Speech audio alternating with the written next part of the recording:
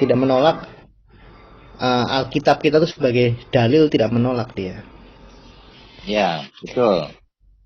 Gitu. Tapi terlalu jauh juga sih Kak, kalau di Penatua dia taruhnya untuk dicocokmologi tentang Penatua yang di dalam kitabnya dia, yang dikepercayainya dia yang di Syiah. Loh, kalau mereka beriman nggak ada salahnya dong. Tetapi itu tidak bisa dipaksakan untuk kita, kan bedanya di situ. Jadi kita harus hargai mereka dalam konteksnya mereka itu. Karena kita tidak bisa melarang, kamu tidak boleh pakai Alkitab kami, nggak bisa. Betul. Karena kitab suci itu kan satu dokumentasi sejarah yang bisa digunakan oleh orang yang merasa memiliki kesinambungan dengan itu. Nah, Islam yang kita hadapi setiap hari merasa bahwa tidak perlu menggunakan Alkitab gitu. Malah menganggap itu palsu dan sebagainya. Ya, angkat-angkat ngomong aja. Saya pikir Bu Yohana tidak clash dulu, katakanlah seperti itulah, antara apa yang pemahaman kita dengan yang dipahami oleh Pak Jaka Sukma. Tentang tadi Bu Yohana kan keberatan kalau Pak Jaka mengatakan Injil ya gitu ya. Karena yang dikatakan Pak Jaka itu tentang wahyu, ya, wahyu bukan Injil yang menurut kita gitu ya. Ini seperti itu. Jadi ya, saya tahu itu memang dari wahyu Pak, saya tahu. Apa memang mau dapat ini? Nah, saya tahu itu dari wahyu. Cuma ketika sesuatu dibahas itu dengan pernyataan ibarat kata kayak klaim sepihak dan memasukkannya di dalam ya kitab itu sehingga orang merasa yakin kalau Syiah ini pun hampir sama dengan kita nih cara pemikirannya misalnya gitu. Ya terserah sih ya. Kalau misalkan kamu kayak gitu ya nggak apa-apa, nggak masalah. Silahkan mau dilanjutin kayak tadi dengan membiarkannya, nggak masalah. menurut saya nggak apa-apa dalam dialog ini kan kita hargailah apa yang diyakinin oleh kawan-kawan kita yang tidak sama persis dengan yang kita yakini, sebenarnya nggak apa-apa itu. Baik. Supaya kita tahu bahwa oh ya Syiah itu begini, Sunni itu begitu. Ya panas kan.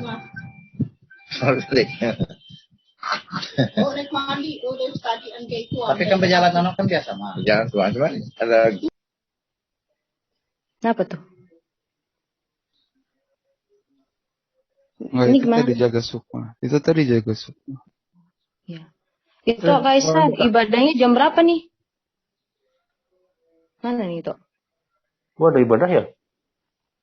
Iya, katanya jam 7 sih ibadah, cuman ini udah lewat dari jam 7 itunya. Ibadah kenaikan.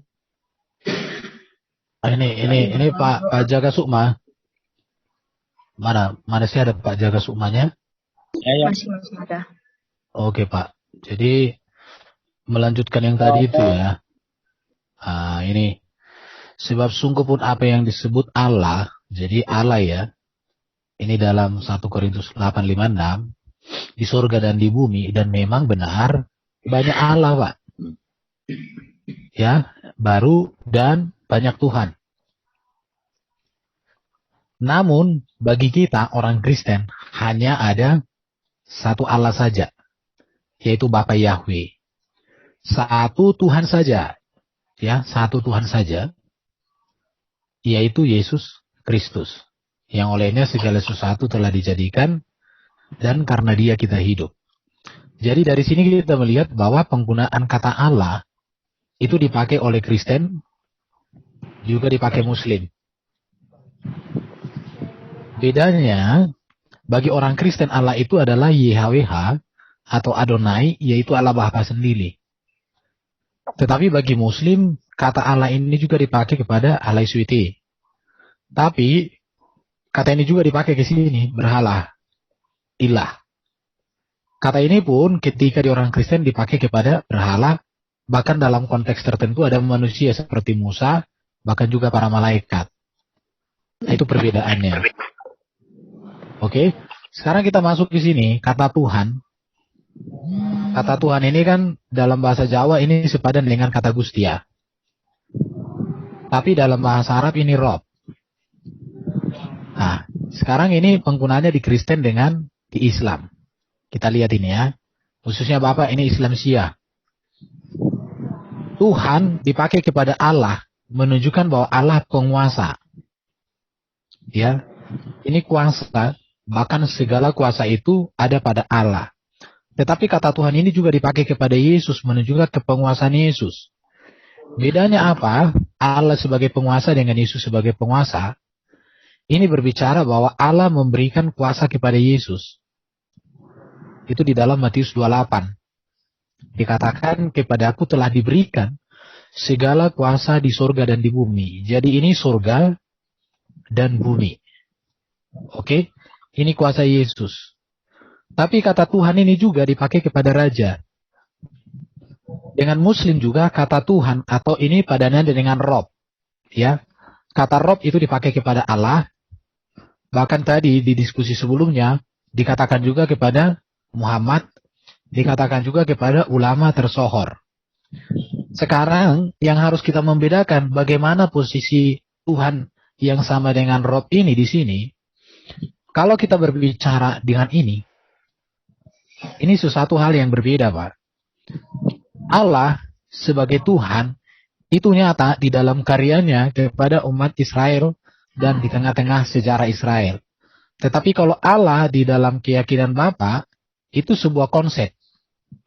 Kenapa? Karena sejak zaman baginda Allah ini tidak pernah menyatakan sebuah karya dalam pengertian sebagaimana dinyatakan di dalam kitab terdahulu di situ. Apalagi kalau kita pakai kata Tuhan atau Rob ini kepada Muhammad dan kepada Yesus.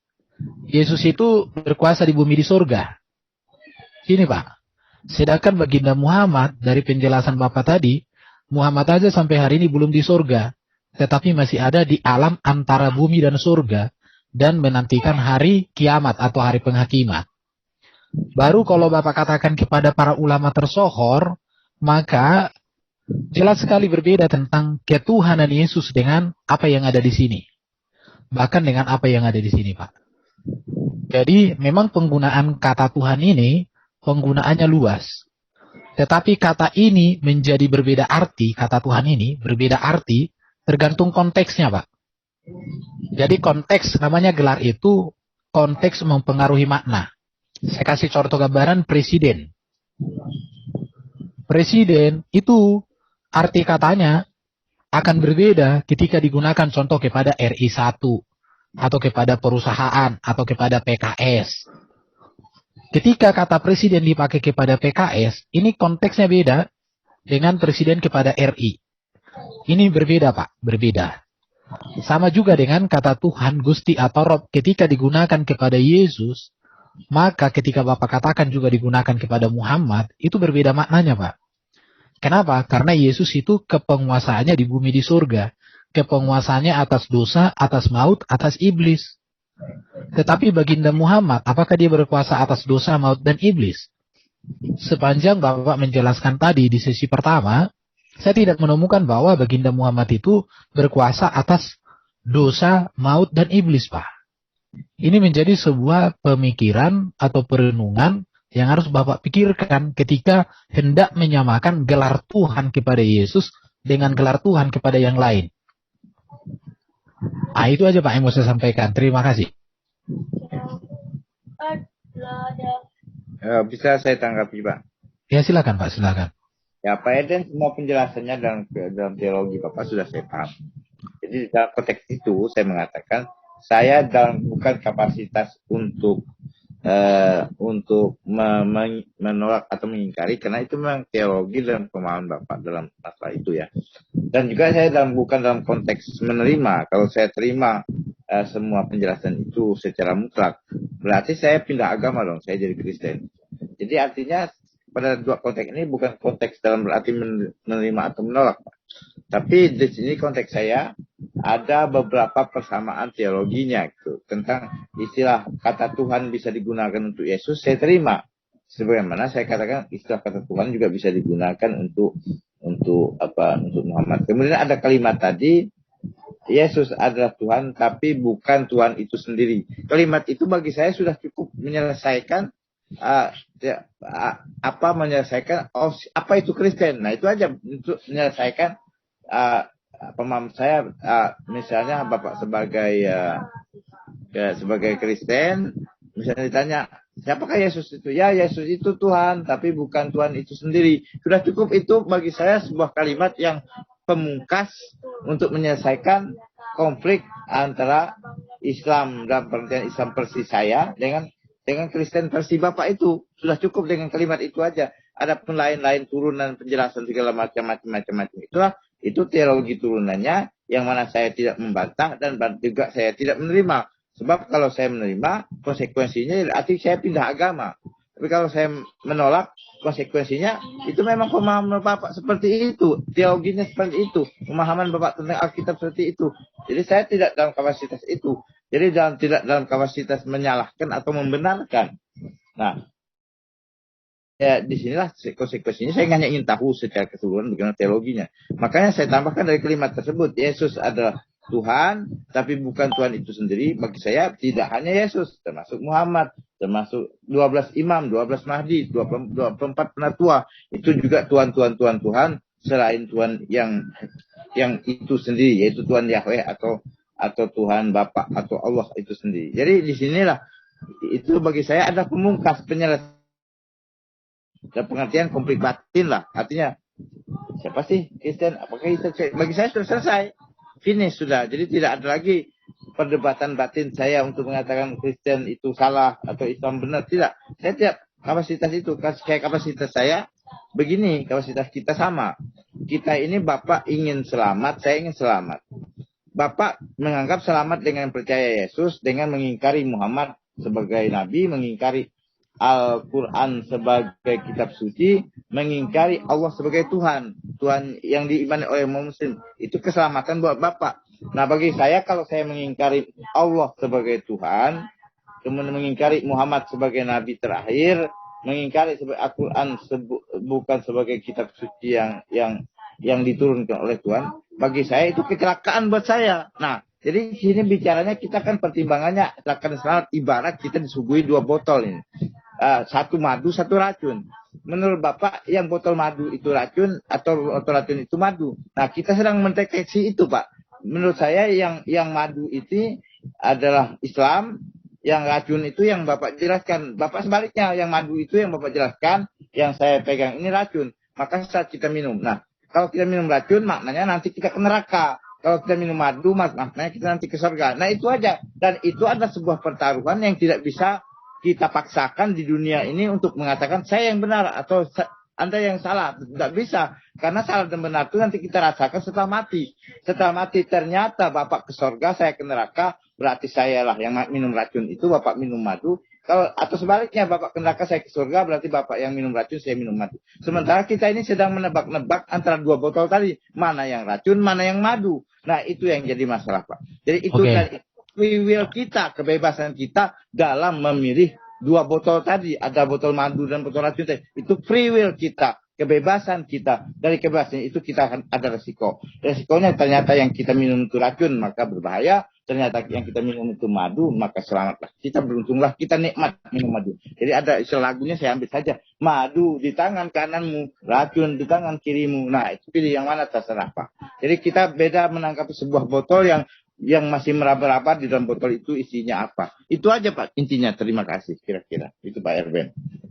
Nah, jadi saya ulangi lagi, Pak, ya. Jadi, kalau kalimatnya seperti ini memang harus butuh perenungan yang sungguh-sungguh untuk membedakan makna kata Tuhan hanya tiru besar dengan Tuhan semua huruf besar. Nah, itu, Pak. Ini harus dipahami. Jadi kalau Bapak katakan Yesus Yesus Tuhan, tetapi bukan Tuhan sendiri, tanpa Bapak melihat konteks tulisan, ini jadi liar, Pak. Tetapi sekarang saya tunjukkan. Karena kata Tuhan yang huruf besar semua, itu sudah otomatis menunjuk kepada Bapa Yahweh itu. Ya, yang itu, di mana dia kekal adalah memiliki firman dan memiliki roh. Ini dia. Nah, ini jelas. Sedangkan kalau Tuhan arti huruf besar, ini memang dalam konteks PB, penggunaannya panjang, Pak. Dan ini berbicara ke penguasaan. Dan ini disematkan kepada Yahweh sendiri, kepada Yesus sendiri, atau seorang yang dihormati. Itu dia. Jadi maknanya di sini luas. Jadi kalau dikatakan apakah Yesus yang sendiri, ada penjelasannya. Bahwa dia adalah firman Yahweh. Makanya tadi saya katakan, ini ada 3 hal tentang Yesus yang harus dipahami betul. Ini tidak bisa dipisahkan, tapi bisa dibedakan. Yang pertama itu kealahan Yesus. Kealahan Yesus, dia adalah firman. Jadi Yesus sebagai firman, maka dia YHWH. Kenapa?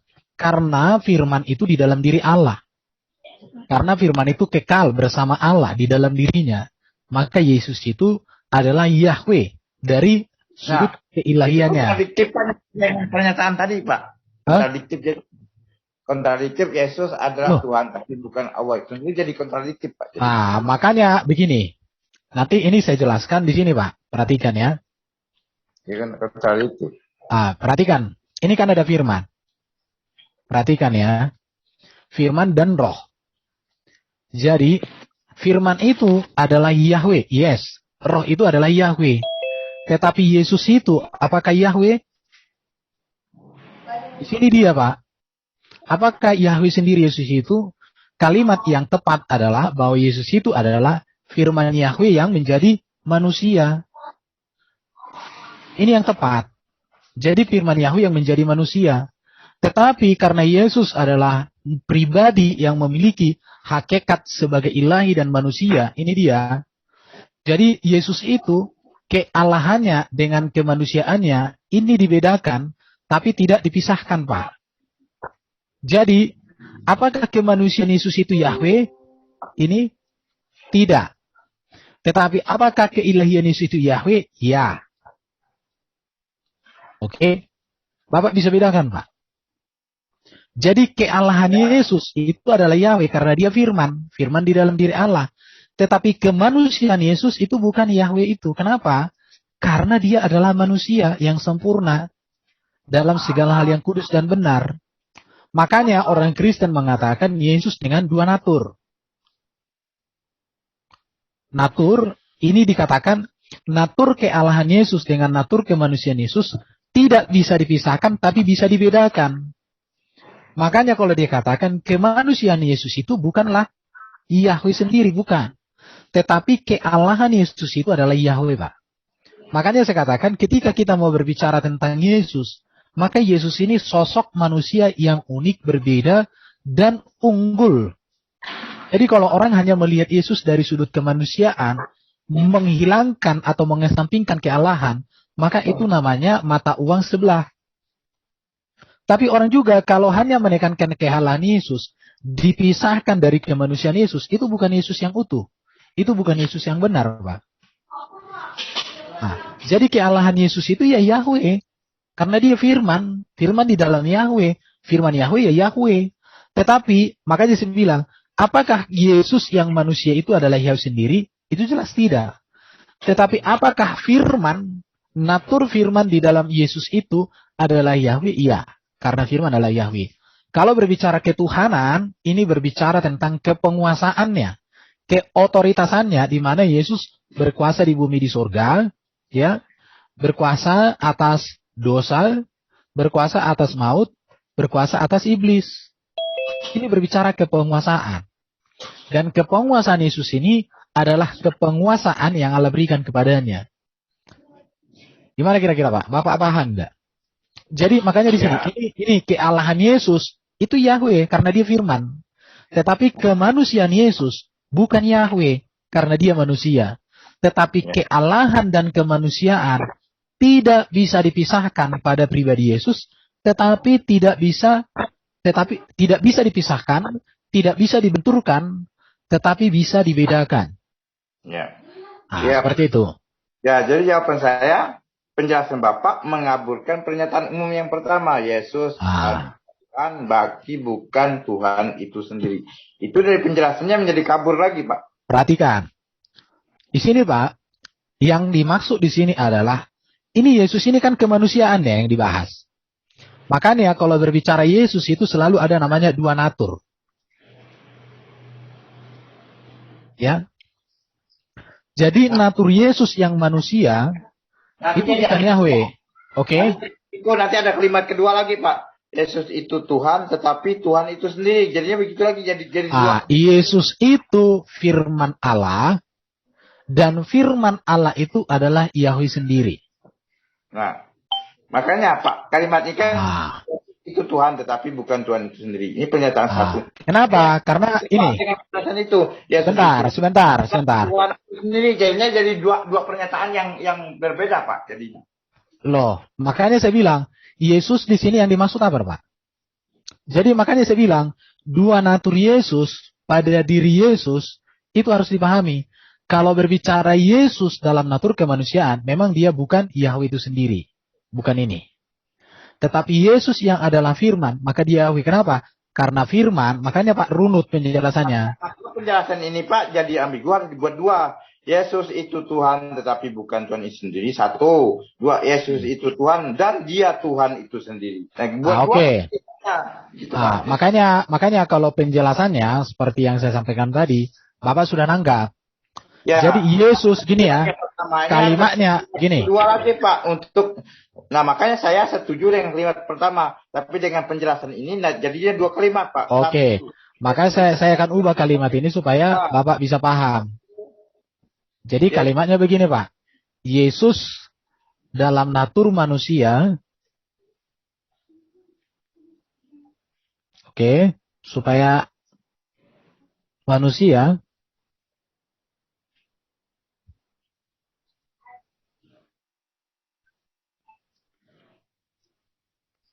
dalam natur Allah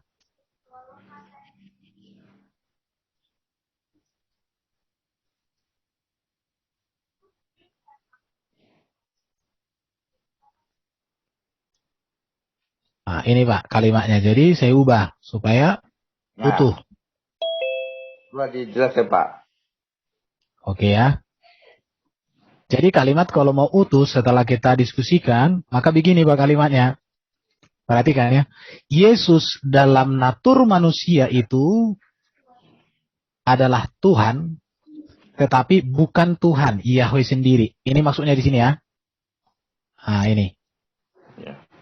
Yesus dalam natur ilahi itu Tuhan. Ini huruf besar, sebentar. Saya perbaiki ya.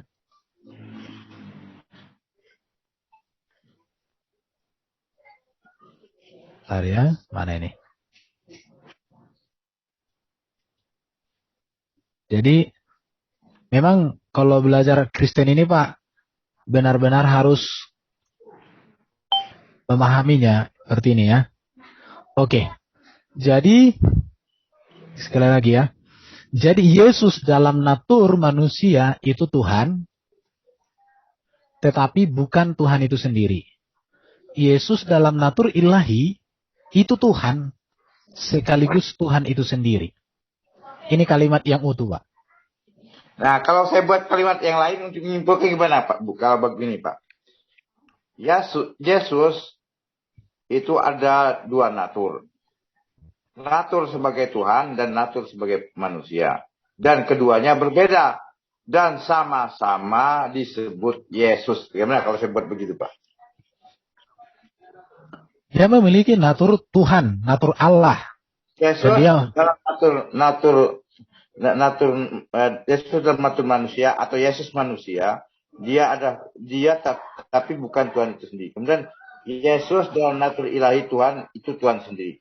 Dan ini ada dua natur. Dari dua natur tadi sama-sama namanya Yesus, tapi naturnya tetap berbeda. Natur manusia ya manusia, natur Tuhan ya Tuhan, tapi satu namanya Yesus. Kalau saya buat begini bagaimana Pak? Naturnya memang berbeda Pak. Natur manusia dengan natur ilahi, tetapi tidak dipisahkan. Satu kalimat yang kurang Pak. Kalimat yang kurang itu ini.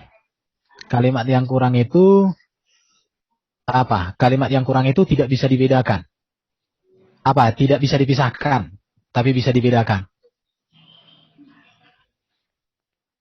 Ya. Maka yang saya sebut sebagai Tuhan itu yang huruf besar semua, Pak. Nah, makanya kalau tidak ada tulisannya, orang akan sukar memahaminya, Pak. Makanya ketika orang Kristen membaca antara PL dan PB, itu akan bisa dimengerti karena di situ kan tertulis beda hurufnya besar dan kecil. Ya. Nah, kalau saya buat penjelasan begini bagaimana, Pak? Yesus dalam natur manusia, dia disebut Tuhan, tetapi bukan Tuhan itu sendiri. Yesus dalam natur ilahi itu ada Tuhan, sekaligus memang Tuhan itu sendiri.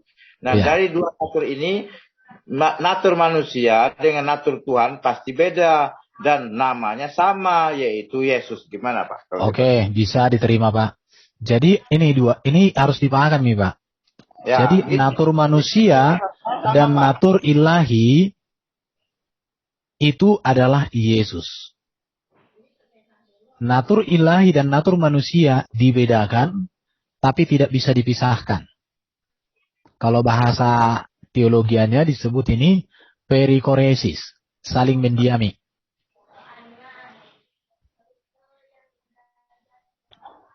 Jadi memang, makanya Pak, jadi Yesus ini manusia yang unik. Memang dia utama, unggul, melampaui semua manusia. Makanya ketika kita mau berbicara kemanusiaan Yesus, kita tidak berbicara bahwa dia adalah manusia seperti kita, bukan. Bahkan tidak ada manusia dalam catatan sejarah seperti Yesus posisinya. Dan itu sesuai dengan pernyataan Yesus. Sesuai dengan pernyataan Allah, bahkan janji-janji Allah itu sendiri. Nah, seperti itu, Pak. Nah, satu lagi mungkin nanti saya coba bikin.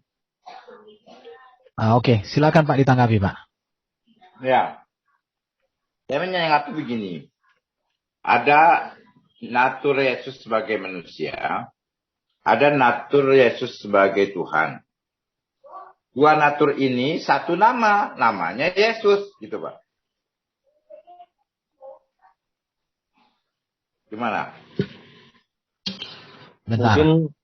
Mungkin begini Pak Eben, yang natur Yesus sebagai Tuhan itu sebetulnya firman Allah sebetulnya, Pak. Itu yang perlu dipertegas lagi, Pak. Karena nanti bisa lari ke mana, nanti akhirnya Tuhan Bapa sama dengan Yesus, nanti gitu itu nanti larinya ke situ.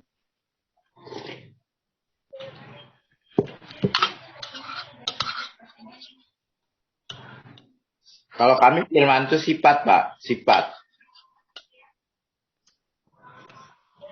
Pak Jaka Sukma, saya mau nanya, Pak. Ya. Tadi Bapak kan bilang ya, bahwa oke lah kami bisa terima Yesus itu Tuhan, itu sama dengan ketika di ajaran Bapak itu sama dengan apa tadi, 24 penatua ya, Pak? 12 imam. Kan juga Muhammad Tuhan. 12 penatua Tuhan. Nah, pertanyaan saya gini, Pak. Kebanyakan dari kawan-kawan Muslim yang lain ketika berdialog itu kan dia keberatan tuh. Tidak ada Tuhan lagi gitu. Kecuali Allah gitu. Nah, bagaimana, Pak? Antara Sunni dengan Syiah tentang hal ini, Pak? Apakah bertolak belakang, ada bergesekan gitu atau gimana, Pak?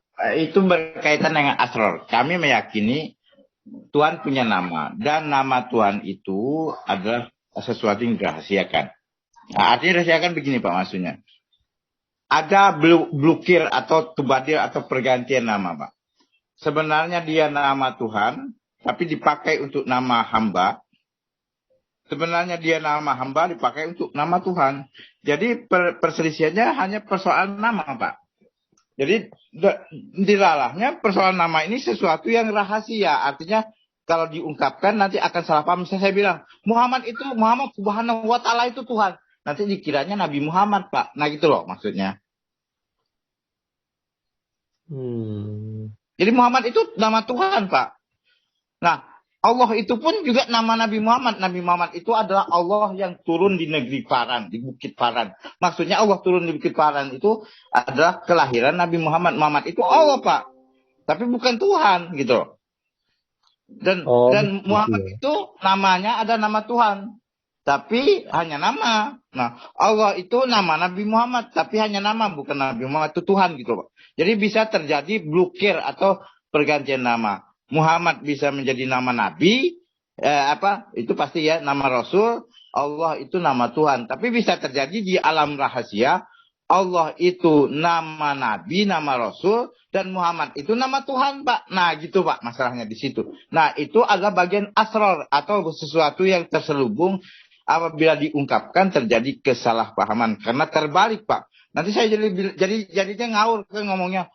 Tiada Tuhan kecuali Muhammad dan Allah adalah utusan Muhammad. Kan jadinya begitu, Pak. Nanti jadi kacau kan balau Islam. Nah, supaya tidak kacau balau, maka bagian-bagian itu dirahasiakan oleh orang Syiah, Pak. Nah, itu intinya. Dan diketahui oleh orang-orang Sunni yang pada level sufi atau tasawuf, Pak.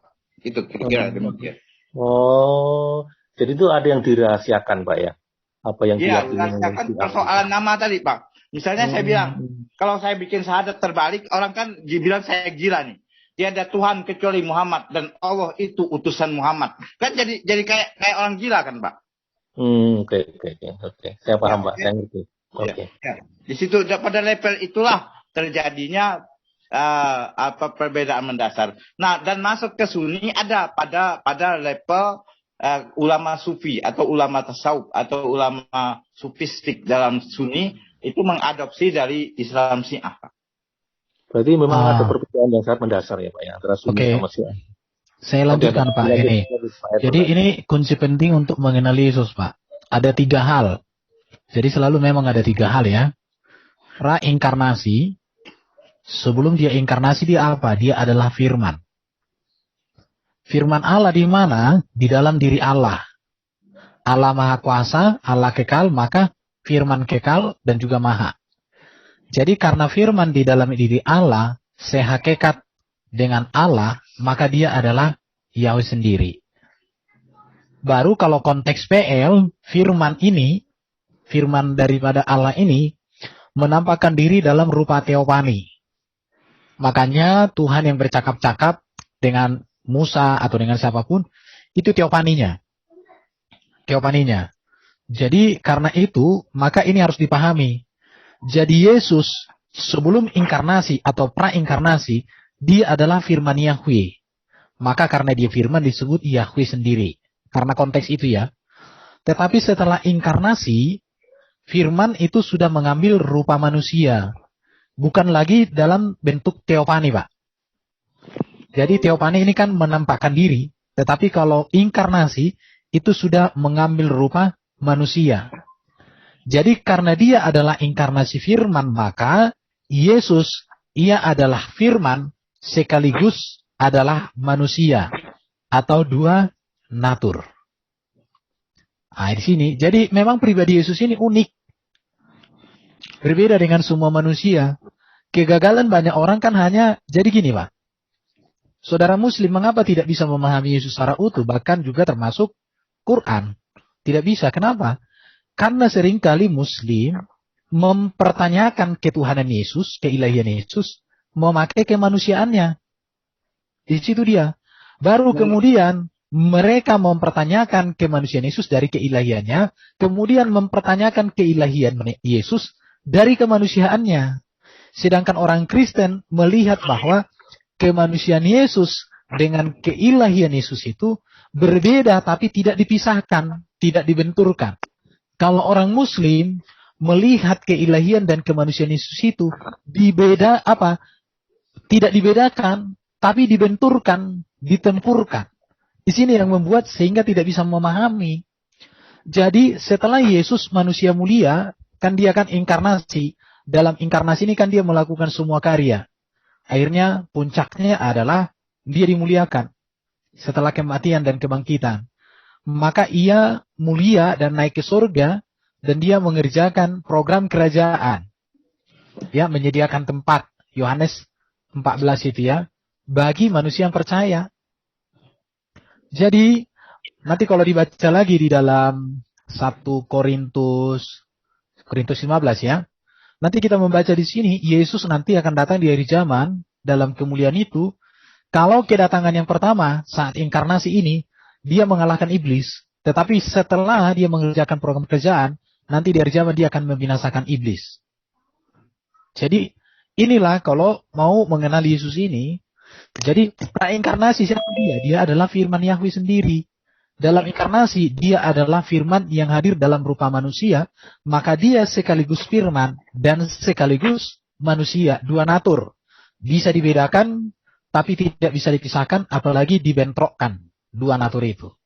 Dan Yesus adalah manusia yang mulia setelah kebangkitan. Walau dalam natur inkarnasi pun dia mulia, tetapi di sini beda. Kemuliaan Yesus itu adalah kemuliaan yang tidak dibatasi oleh tubuh jasmani. Karena Yesus sudah mulia dalam tubuh kemuliaan yang tidak dibatasi oleh ruang dan waktu. Maka kalau kita mau melihat Yesus secara utuh dalam data Alkitab, maka kita akan memahami Yesus yang luar biasa, yang agung. Berbeda Pak dari semua. Kalaupun nanti Bapak memakai kata gelar Tuhan kepada yang lain, tetaplah Yesus itu utama di atas segalanya. Dan karena keutamaan Yesus dan seluruh pernyataan Yesus inilah, maka kita mengenal program Allah itu untuk kita manusia.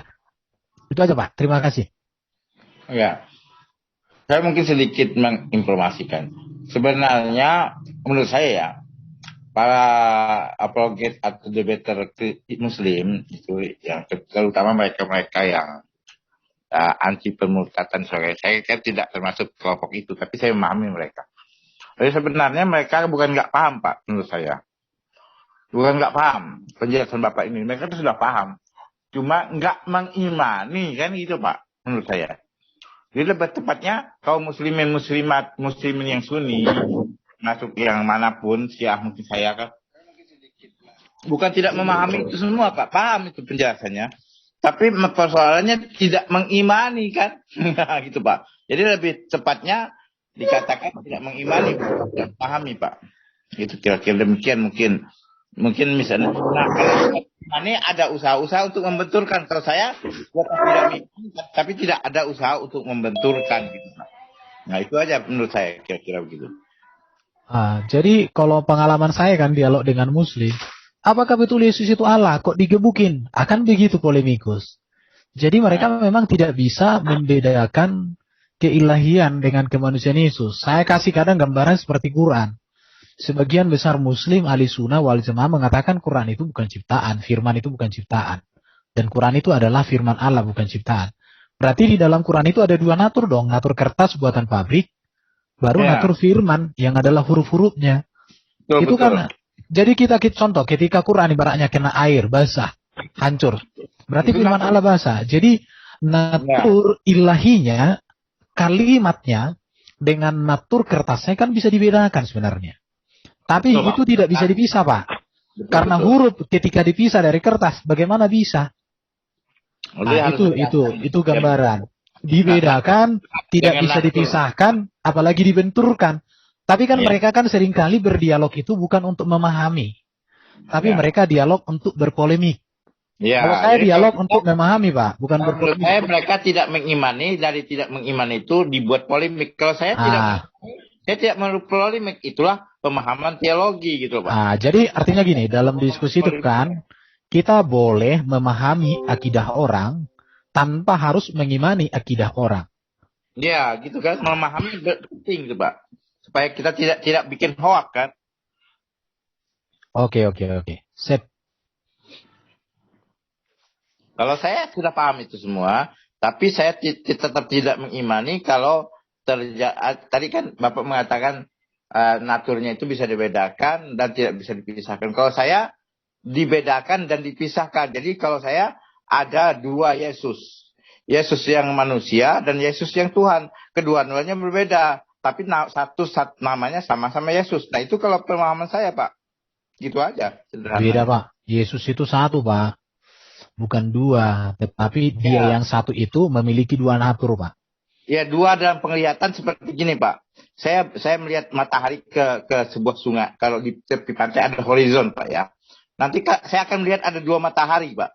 Matahari di dalam laut dan matahari di angkasa. Nah, beda Pak. Ya. Beda Pak. Kalau dua matahari itu sebenarnya kan satu pantulan. Ya. Kalau Yesus itu Pak bukan pantulan, memang dia sendiri. Iya, artinya begini Pak, saya melihat Yesus yang sebagai manusia itu ibarat bulan atau matahari di dalam laut, sedangkan Yesus yang sebagai Tuhan itu seperti matahari yang asli di cakrawala kan. Tapi kalau kita lihat ke pantai ada dua matahari, yaitu dua matahari, ya satu matahari yang matahari betulan, kedua bayangan dari matahari itu. Nah, begitu saya melihat Yesus yang manusia itu sebagai bayangan dari Yesus yang Tuhan gitu, Pak. Sebagaimana dua matahari yang saya lihat di ufuk pada waktu sore itu. Itu teologi saya tentang Yesus seperti itu, Pak. Ya, itu hak Bapak. Tetapi kalau Kristen kan nggak seperti itu, Pak. Kristen itu tetap bahwa Yesus itu satu secara pribadi, tetapi dia memiliki dua natur. Natur ilahi dan natur manusia. Oke. Jadi kalau saya melihat sebagai natur manusia itu sebagai bayangan dari naturnya Tuhan gitu, Pak. Jadi seperti tadi matahari di dalam air yang kita lihat di tepi pantai sore-sore, di tepi laut sore-sore itu adalah matahari yang di langit itu, sehingga apabila kita pandang terlihat dua buah matahari, yaitu matahari yang asli di langit dan matahari yang bayangannya adalah dalam air itu. Makanya saya lihat Yesus yang manusia itu sebagai bayangan dari Yesus yang Tuhan gitu loh. Nah, Yesus yang Tuhan itu Yesus disebut Tuhan sebagai Yesus itu kan hanya salah satu dari sekian banyak nama Tuhan, namanya Yesus. Di antara nama Tuhan itu ada Ar-Rahman, Ar-Rahim, Al-Malik, Al-Qudus, ada dalam Islam ada 99. Nah, Yesus itu kebagian dari 99 itu gitu Pak. Jadi kami tidak hanya satu tapi bisa 99. Kalau di Sunni, kalau di Syiah itu ada namanya Jausan Kabir, ada 999 nama-nama Tuhan, termasuklah Yesus, termasuklah Muhammad dan seterusnya Pak. Gitu kira-kira begitulah. Itu kan teologi saya. Oke. Nah, gitu. Silakan teman-teman yang lanjut, silakan. Mungkin mau tanya-tanya sama Pak Jaga atau diskusi? Mungkin Pak Jaga saya menambahkan, kalau masalah-masalah bayangan itu, Bapak kan menganalogikan. Kalau dalam terminologi logika itu namanya false analogi gitu. Jadi analogi yang tidak sebanding dengan hakikat. Ya, bukan analogi saja untuk mendekatkan pemahaman, Pak. Iya, jadi artinya ada hal-hal yang tadi hakikat Kristus yang dijelaskan Pak Erben, tidak perlu lagi dianalogikan karena sudah terang benderang gitu. Tadi penjelasannya segala macam gitu. Jadi tadi terus yang Bapak bilang 99 itu kan Asmaul Husna itu kan bukan nama ya, tapi sifat dari Tuhan. Iya, itu nama Pak. Nama sekaligus sifat sekaligus ada orangnya Pak. Bapak Muslim atau apa nih Pak? Saya Muslim Syiah. Oh, Muslim Syiah ya, oke. Nah kalau Bapak Muslim Syiah itu kan artinya gini Pak. Zoroaster juga punya 101 nama Pak. Bapak tahu itu nggak? Siapa? Zoroaster, Zoroaster. Ya. Ahura Mazda. Iya, tahu. Ya, jadi kan bisa dibilang kalau Islam itu kurang dua nama ya dibanding sama Tuhannya Zoroaster ataupun Majusi ya. Bukan 99 Pak. Di sini itu 999 terdapat di dalam kitab Jausan Kabir namanya. Iya, maksud saya kan dari Bapak bilang tadi kan sifat itu menjadi nama gitu. Ya, nama dan ada sosoknya Pak. Ada sosoknya. Jadi ada 99 sosok Allah atau ilah. Ya misalnya Allah itu kan Muhammad, Ar-Rahman itu Ali, Ar-Rahim itu Fatimah, Al-Malik itu ada Hasan, Al-Qudus itu Husain dan seterusnya Pak. Jadi kita punya orang-orangnya gitu loh. Dari 99 nama itu. Nah kan kalau misalnya personifikasi sifat menjadi nama, apakah hakikat dari seluruh sifat itu termanifestasi secara aktual dan terbuktikan secara historis Pak? Jadi ya makanya yang disebut hakikatnya atau hakikat wal kunhu, hakikat dan kenyataannya. Nah, hakikat itulah yang diimani sebagai Tuhan yang tidak teridentifikasi atau Tuhan yang tidak terlihat tadi yang dikatakan la tudrikul absar. Sesungguhnya dia tidak bisa dilihat. Wa huwa yudrikul absar. Nah, saat dia terlihat maka termanifestasilah dalam nama-nama yang banyak itu. Tapi saat dia tidak terlihat maka itulah satu-satunya Tuhan yang disebut huwa atau hak dan wow. Hak itu penegasan bahwa keberadaannya itu adalah pasti atau esensinya itu adalah pasti ada. Kedua, wow, esensi yang pasti ada itu pasti gaibnya. Jadi ada dua kepastian di situ. Di samping kepastian adanya, dua kepastian tidak terlihatnya. Jadi saat orang mengatakan Tuhan itu terlihat, karena kita ini ada dua sisi, Pak. Pertama melihat dan melihat dan melihat. Baik, saya sudah menangkap esensinya, Pak. Jadi apa bedanya dengan Buddha? Buddha kan juga punya filosofi nihilisme ya, Pak. Artinya kosong di dalam isi di dalam kosong, gelap di dalam terang di dalam. Itu kan istilahnya mencoba untuk melakukan semacam reposisi yang kontradiktif gitu. Tapi tadi Bapak bilang esensi itu harus termanifestasikan. Misalnya taruhlah kita bicara Al-Husain. Ya, sifat dari 99 itu teraktual ataupun mewujud dalam Husain. Nah, apakah Husain itu 100% hidupnya mencerminkan sifatnya, Pak? Bukan. Al-Husain itu objek, Pak. Jadi ada subjek. Iya. Artinya Al-Husain itu yang tadi Bapak bilang apa tuh? Sifat dari 99 itu apa yang mewujud ke Al-Husain? Itu bayangan. Jadi di situ ada dua Al-Husain. Al-Husain yang terbunuh itu yang makhluk, Pak. Kemudian Al-Husain yang membunuhnya diwakilkan oleh orang jahat, yaitu seluruh tentara-tentara yang mengeroyok Imam Husain itu sebenarnya Al-Husain itu sendiri, Pak. Jadi sejenis Al-Husain yang subjek dibunuh oleh Al-Husain yang objek dibunuh oleh. Jadi misalnya saya dapat menangkap, Pak. Artinya Bapak mencoba memfilsafatkan bahwa ada satu esensi Al-Husain menegasikan Al-Husain lain. Artinya ada Al-Husain yang jahat yang tidak menginginkan Al-Husain yang baik, seperti itu bukan? Pak, Al-Husain yang sesungguhnya itu dengan media orang-orang jahat sehingga dia tidak bisa disebut jahat untuk membunuh Husain yang baik ini, Pak. Jadi di sini coba berhenti di situ, Pak. Berarti Al-Husain ini sifatnya baik atau jahat, Pak? Husain pasti baik, Pak. Jadi Al-Husain yang baik membunuh Al-Husain yang baik juga melalui media orang-orang jahat, Pak. Nah, sekarang lompatan logikanya gini, Pak. Bagaimana sesuatu yang entitas keseluruhan itu baik bisa mempengaruhi untuk orang berbuat jahat, Pak? Nah, kejahatan itu adalah merupakan paradok dari Tuhan yang Maha Baik. Dengan adanya Tuhan Maha Baik, maka dia menciptakan paradoknya atau lawannya, yaitu sesuatu disebut baik. Itu karena ada jahat, maka ada sesuatu yang jahat di balik yang baik. Jadi tadi Al-Husain yang baik, yaitu Tuhan, membunuh daripada Al-Husain yang baik juga supaya yang sama-sama baik ini tidak disebut jahat, maka ada medianya yaitu orang-orang jahat yang membunuh Imam Husain itu. Nah, sebenarnya contoh saya ambil contoh lagi Ali itu kan dibunuh oleh Ibnu Muljam secara alam lahiriahnya. Tetapi sebenarnya Ali itu dibunuh oleh Ali juga. Ali yang Tuhan, Ali yang subjek membunuh Ali yang objek, yaitu Ali bin Abi Thalib. Dibunuh oleh Ibnu Muljam yang merupakan simbol kejahatan. Sebenarnya kejahatan itu tidak ada, yang ada hanya kebaikan, karena kejahatan ini diapit oleh dua kebaikan. Kebaikan yang membunuh dengan kebaikan yang dibunuh. Sementara untuk membunuh sekarang perbuatan yang jahat. Iya, Pak. Coba diaplikasikan begini, Pak. Itu kan saya pakai identitas Bapak ya. Pak Jaka Sukma yang baik akan dibunuh oleh Pak Jaka Sukma yang baik juga. Itu relevan nggak? Relevan, karena relevannya filsafatnya begini.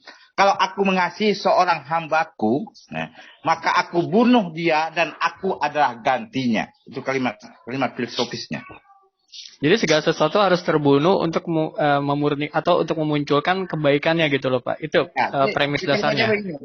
Apabila aku kasih kepada seorang hambaku, aku bunuh dia dan akulah gantinya. Akulah gantinya itu apa, Pak? Coba bisa didetailkan nggak? Yang dibunuh itu, saya ini pembunuh. Maka aku bunuh orang yang kukasih itu agar aku menggantikan dia, karena dia sudah kubunuh, maka aku yang gantikan dia, gitu loh. Aku ini Tuhan atau aku yang membunuh itu, Pak? Ya, yang membunuh itu Tuhan, pada dasarnya Tuhan, tapi dimediakan orang jahat agar Tuhan ini tidak terlihat jahat. Makanya yang membunuh Husain di padang Karbala itu adalah Husain juga, yang membunuh Yesus di tiang salib itu Yesus juga, Yesus yang Tuhan membunuh Yesus yang hamba, Pak. Gitu loh. Mungkin bisa dipahami. Ya, agak sulit ya, Pak, karena kan konstruksi Bapak itu artinya coba menihilkan ya, artinya itu kan ada itu ada hakikat dari Ahura Mazda, ada Tuhan jahat, Tuhan baik. Nah, Tuhan jahat ini sebenarnya bukan karena dia nggak bisa berbuat baik, tapi karena memang dia harus membuat jahat untuk menampilkan kebaikan. Tuhan itu tidak ada Tuhan jahat, Pak. Yang ada itu Tuhan baik dengan manusia baik, Pak. Yesus yang baik, ya, untuk Yesus karena itu Kristen, ya, kekristenan. Saya ambil di Islam, yaitu Husain yang baik. Itu dibunuh juga oleh Husain yang baik. Husain yang baik dibunuh oleh Husain yang baik. Tetapi sifat membunuh itu pada alam lahiriah, pada alam syariat, itu jahat. Karena itu supaya tidak secara langsung Husain yang baik itu membunuh Husain yang jahat, Husain yang baik juga, maka medianya ada yang bukan Husain sebagai pembunuh si Husain yang baik itu, Pak. Sebenarnya media saja. Intisarinya yang membunuh itu Husain yang baik juga. Dalam kerangka apa? Dalam kerangka menggantikan Husain yang tadi, karena aku kasih kepada Husain yang manusia itu, maka kata Husain yang Tuhan, aku bunuh dia. Dan setelah aku bunuh, akulah gantinya. Maka saat kau bilang, labbaika ya Husain, bukan kepada Husain yang terbunuh, tetapi kepada Husain yang membunuhnya, yang melalui media orang jahat. Nah, media orang jahat itu sebagai hijab, lapisan bahwa Tuhan membunuh itu bukan suatu kejahatan. Tapi kalau yang membunuh itu sama kita, itu suatu kejahatan. Tapi kalau pihak Tuhan sendiri yang membunuh, bukanlah kejahatan. Karena itu pada dimensi baik dan baiknya tidak ada kejahatan Tuhan di situ. Hanya ada secondary Tuhan. Seperti dikatakan, seburuk-buruk permainan wayang, ada perang Bratayuda, maka dalangnya nggak pernah berperang. Dia hanya ngomel aja di belakang layar gitu loh, Pak. Kira-kira demikian kira-kira gambarannya. Iya, saya coba memahami konstruksi berpikir Bapak itu kan campur aduk ya, campuran dari ya tadi filosofi bolak-balik itu permainan karta gitu. Tapi ya tadi ketika aplikasinya sama gini Pak. Nggak semua orang terbunuh. Muhammad tidak terbunuh, tapi mati karena sakit atau apa gitu. Artinya tidak ada yang membunuh dia, Pak. Muhammad itu diracun. Ya, kita taruhlah Muhammad itu sakit, Pak. Atau misalnya adalah orang yang mati karena tua ataupun sakit. Berarti kan dia tidak terbunuh. Para imam-imam Syiah itu ada yang mati dibunuh, seperti Imam Ali dan Imam Hussein. Ada yang semuanya mati diracun semua itu. Nah, yang meracunnya itu sebenarnya ada senama. Kalau Hasan diracun oleh Hasan yang Tuhan meracun Hasan yang hamba. Maka proses peracunnya dilakukan oleh yang bukan Hasan yang hamba. Nah, itu perumpamaan begini saja. Lebih mudahnya filosofisnya. Kalau kita menonton permainan wayang, di situ ada kejahatan, ada trik-trik dan segala macam kejahatan yang terjadi dalam perang Bratayuda antara Kurawa dan Pandawa. Tetapi kita tidak bisa mengatakan, oh jahat sekali Dalang kok bikin skenario ada peperangan. Nah, Dalang ini dia membuat cerita, tidak bisa kita nisbatkan, wah Dalang saat misalnya terkaja membunuh misalnya siapa gitu, maka kita tidak bisa katakan karena dalangnya Pak Darmo, wah Pak Darmo jahat telah membunuh si Pulan itu wayang satu melalui Gatot Kaca. Nggak bisa karena dia adalah dalangnya gitu. Nah, jadi kita menggambarkan dalangnya yang bernama Husain itu menskenariokan Husain yang senama dengannya terbunuh di Karbala. Gitu aja kira-kira gambarannya. Ya, kan gini Pak, ini kan sesuatu yang baru juga dari saya mengetahui situasi pernyataan Bapak gitu. Kalau misalnya itu boleh saya tahu referensinya dari mana Pak? Apakah dari pemahaman Bapak sendiri terhadap beberapa tafsiran atau memang ada referensi yang Tauhid yang bersumber dari Syiah itu sendiri Pak? Dari mistik Islam atau kesufian Islam Sunni, saya punya guru banyak sekali di Banjarmasin. Ada syair begini, syairnya ya. Ini mungkin Bapak bisa ambil sebuah syair namanya syair Saraba 4. Allah jadikan Saraba 4 syariat rekat hakikat ma'rifat menjadi satu dalam khalwat rasa nyaman tiada tersurat. Jadi di sini Islam punya 4 dimensi. Dimensi syariat, rekor, hakikat, dan ma'rifat. Makanya ada kalimat dalam Al-Quran dalam Al-Anfal 17. Falam taqtuluhum walakin Allah qatalahum. Wa ma ramaita idh ramaita walakin Allah rama. Itu penggambaran tentang peperangan di zaman Nabi Muhammad. Jadi falam taqtuluhum walakin Allah qatalahum. Tidaklah Muhammad engkau membunuh ketika engkau membunuh. Kalimatnya Muhammad, engkau tidak membunuh ketika engkau membunuh. walakin Allah qatalahum, tapi Allah yang membunuh mereka. Wa ma ramaita id ramaita, tidaklah engkau melempar ketika engkau melempar, walakin Allah rama, tapi Allah yang melempar. Nah, di situ ada tidaklah kamu membunuh saat kamu membunuh, tapi Tuhan yang membunuh. Tidaklah kamu menyembelih ayam saat engkau menyembelih ayam itu, tapi Tuhan yang menyembelih ayam itu. Nah, itu artinya Pak. Artinya bahwa kita itu cuma sebagai wayangnya aja, Pak. Jadi segala sesuatu tindakan kita adalah tanggung jawab Tuhan. Ya, kita sebagai wayang Tuhan, tetapi Tuhan itu sendiri bertajali menampakkan dirinya kepada jadi kalau pewayangan bedanya hanya sifat kudrat dan sifat kalam, Pak. Jadi kudrat itu kudrat iradat. Kudrat itu kemauan si dalang, iradat si dalang, kan kudrat iradat kemauan dan kehendak si dalang, kekuasaan si tangan si dalang, dan yang ketiga sifat kalam berkata-katanya si dalang itu. Tapi kalau di dalam wayang kita sebagai wayang Tuhan itu tidak hanya 3, tapi totalnya 7, Pak.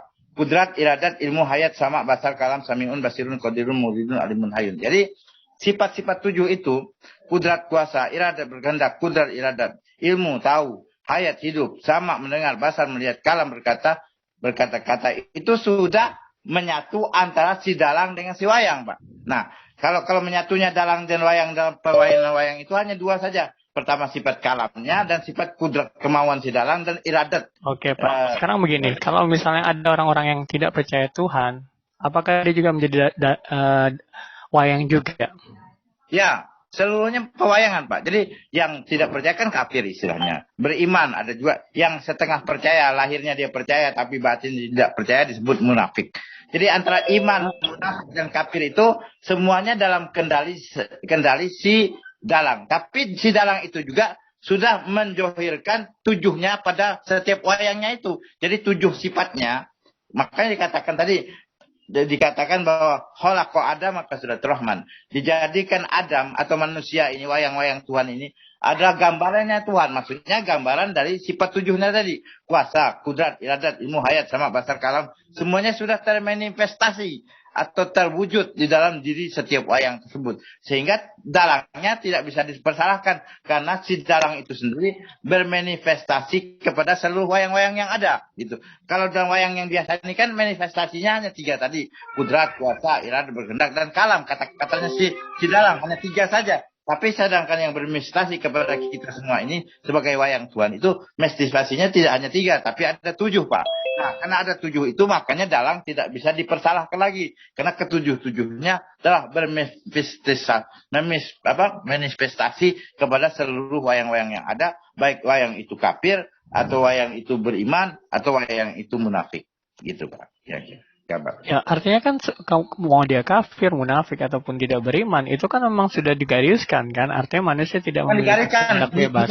Sudah digariskan sebagai pilihan, Pak. Jadi kami meyakini di samping itu, kami meyakini free will, Pak. Jadi wayang-wayang tadi punya free will. Wayang-wayang Tuhan. Oh, wayang mana punya free will, Pak? Kalau dalangnya bilang dia berantem, ya dia berantem. Nggak ada free will, Pak. Beda. Ya, nggak ada free will-nya itu pada prosesi perbandingan tadi, analogi tadi pada wayang-wayang yang umum. Kita kan membicarakan yang hakikatnya, yang intisarinya. Intisarinya kan sudah saya jelaskan. Kalau wayang yang ada itu hanya 3 sifat. Sifat kudrat, kuasa, iradat, berkehendak. Nah, disitulah Pak tadi, tunggu sebentar, saya bilang. Bahwa analogi Bapak tentang wayang tidak cukup merepresentasikan pemahaman Bapak. Itu namanya false analogi, Pak.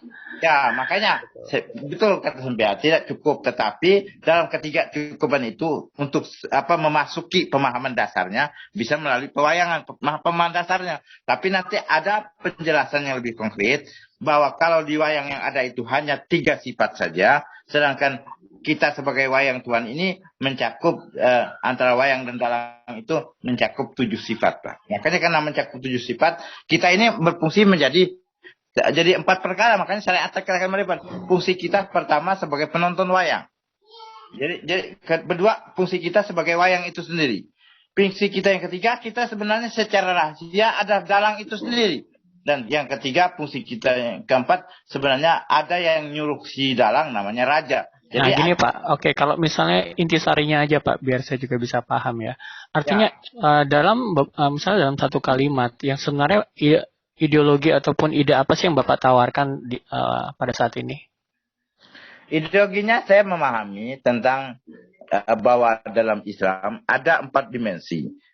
Syariat, torekot, hakikat, dan ma'rifat. Yang ketika 4-4-nya itu tidak bisa dipisah-pisahkan dalam kita memahami siapa itu si Tuhan, siapa si itu Allah.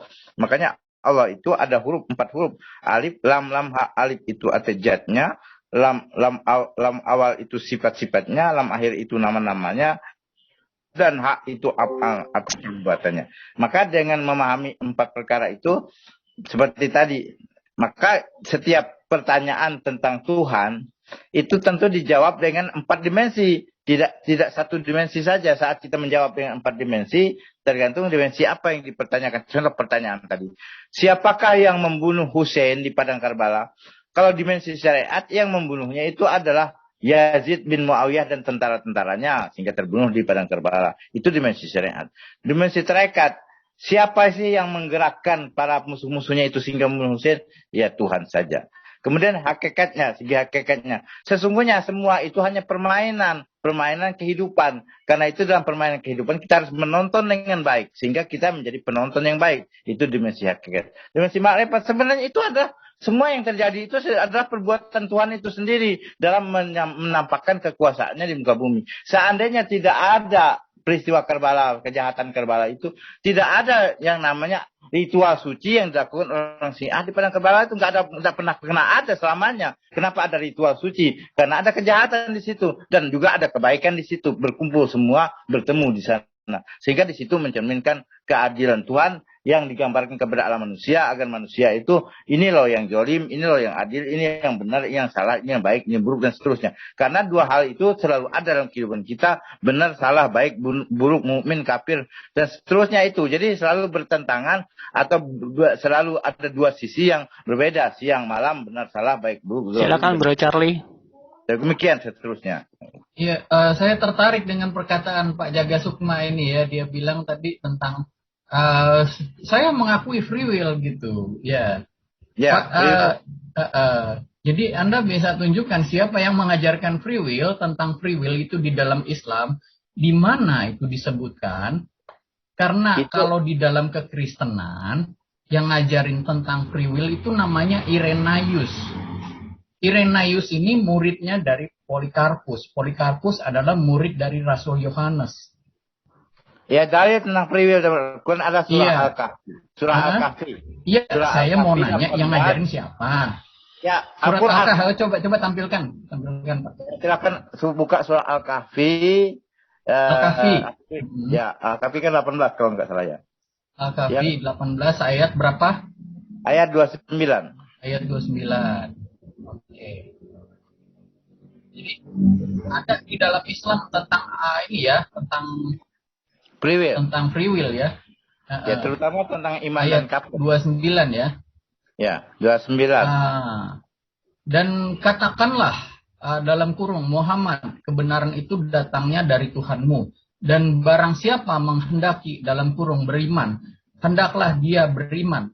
Dan barang siapa menghendaki dalam kurung kafir, biarlah dia kafir. Sesungguhnya kami telah menyediakan neraka bagi orang zalim, yang gejolaknya mengepung mereka. Jika mereka meminta pertolongan dalam kurung minum, mereka akan diberi air seperti besi yang mendidih, yang menghanguskan wajah dalam dalam kurung. Itu dan tempat istirahat yang paling jelek. Ya. Free will itu. Ini free will gitu ya. Jadi kita mau iman atau kafir itu free will. Nah, soal resikonya tanggung sendiri itu ada yang tadi. Sekarang kalau misalkan kalau gitu, ini Anda tadi bilang tidaklah membunuh orang yang membunuh. Tidak. Ya, jadi kalau orang-orang yang membunuh itu sebetulnya bukan karena kehendak dia, ya. Tapi itu adalah Tuhan Allah yang melakukannya gitu ya. Anda sendiri bilang gitu. Tetapi hubungannya dengan free will ini bagaimana Pak? Saya malah sebentar. Saya malah mendengar Anda mengatakan itu merasakan kontradiksinya justru malah lebih besar Pak daripada Anda mengatakan itu karena free will gitu ya. Karena ayat ini mengajarkan. Ya, free will-nya gimana? Di situ ada free will, Pak. Anda membunuh, maka sebenarnya Tuhan yang membunuh. Tapi free will-nya Anda bisa membunuh. Enggak, berarti itu kontradiksi dong, Pak. Gini, Pak. Kontradiksi. Bukan kontradiksi, saya menjelaskan belum lengkap. Itu ada free will-nya. Anda bisa membunuh karena saya, atau Anda bisa membunuh karena melawan saya. Nah, itu, Pak. Oke, sekarang begini. Kalau seperti yang Anda tadi katakan, tidaklah membunuh seorang yang membunuh, karena yang membunuh kan Allah. itu ada 4 dimensi, Pak, itu. Sebentar. Berarti dosanya itu bukan ditanggung oleh orang itu dong. Ya. Gini, Iya. Pak. Benar, begitu. Ya, belum. Benar, begitu. Belum tentu kan ada kalimatnya. Loh, gini, Anda mengiyakan 2 kali loh. Anda ya, mengiyakan makanya 2 kali. dimensinya dilihat, Pak. Falam taktuluhum, ya kan? Tidaklah engkau membunuh. Dimensi hakikat, Pak. Nah, makanya 4 dimensi. Ketika itu namanya dimensi torekotnya, dia harus membunuh. Ketika engkau membunuh, kan tetap ada kalimat engkau membunuh. Loh, kalau gitu buat apa ada larangan dong? Kalau misalkan gitu, buat bagi umat Islam tidak berlaku itu hukum Taurat, jangan membunuh. Hukum Taurat yang ke-6, Pak. Anda tahu nggak hukum Taurat yang ke-6? Nah, kalimatnya gini, Pak. Membunuh tanpa hak. Kalau pakai hak kan di kalimatnya kan ada ulanjut, Pak. Janganlah engkau membunuh tanpa hak. Nah, artinya bisa membunuh kalau ada haknya di situ, Pak. Loh, siapa yang berhak membunuh, Pak? Cuma Tuhan yang punya hak. Yang berhak mencabut nyawa setiap manusia itu cuma Tuhan, Pak. Karena kita tidak betul. Karena cuma Tuhan, maka manusia dijadikan alatnya, Pak. Manusia dijadikan alatnya. Jadi yang membunuh itu Allahnya. Ya, kan kalimatnya gini, Pak. Kalau gitu, yang menanggung dosa kenapa manusianya, Pak? Nah, kalimatnya, Pak. Lihat dimensinya dijelaskan 4 dimensi. Kalau begitu, Anda, kalau misalkan begini ya, saya membunuh Anda dan keluarga Anda, saya nggak dosa gitu berarti. Ajarannya seperti itu. Dosa lah, karena tanpa hak. Kenapa bisa dosa, Pak? Kan yang membunuh adalah Allahnya. Karena kalimatnya kan tanpa hak. Ada kalimat bigori hak. Sekarang, saya tanya, siapa dari manusia yang berhak memiliki hak untuk membunuh makhluk ya yang Tuhan ciptakan, yang Tuhan begitu mengasihi, ya, mahakaryanya Tuhan, begitu dikasihi oleh Tuhan, tetapi Anda merasa lebih berhak gitu.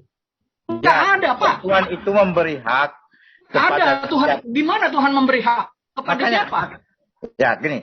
Tuhan memberi hak kepada siapa? Jadi jelaskan saya dulu, selesaikan. Di mana itu, Pak, haknya itu diberikan? Coba Anda tunjukkan. Terjadi saat engkau akan dibunuh atau diperangi, kamu berhak untuk memerangi atau membunuh siapapun yang akan memerangi. Berhak membunuh.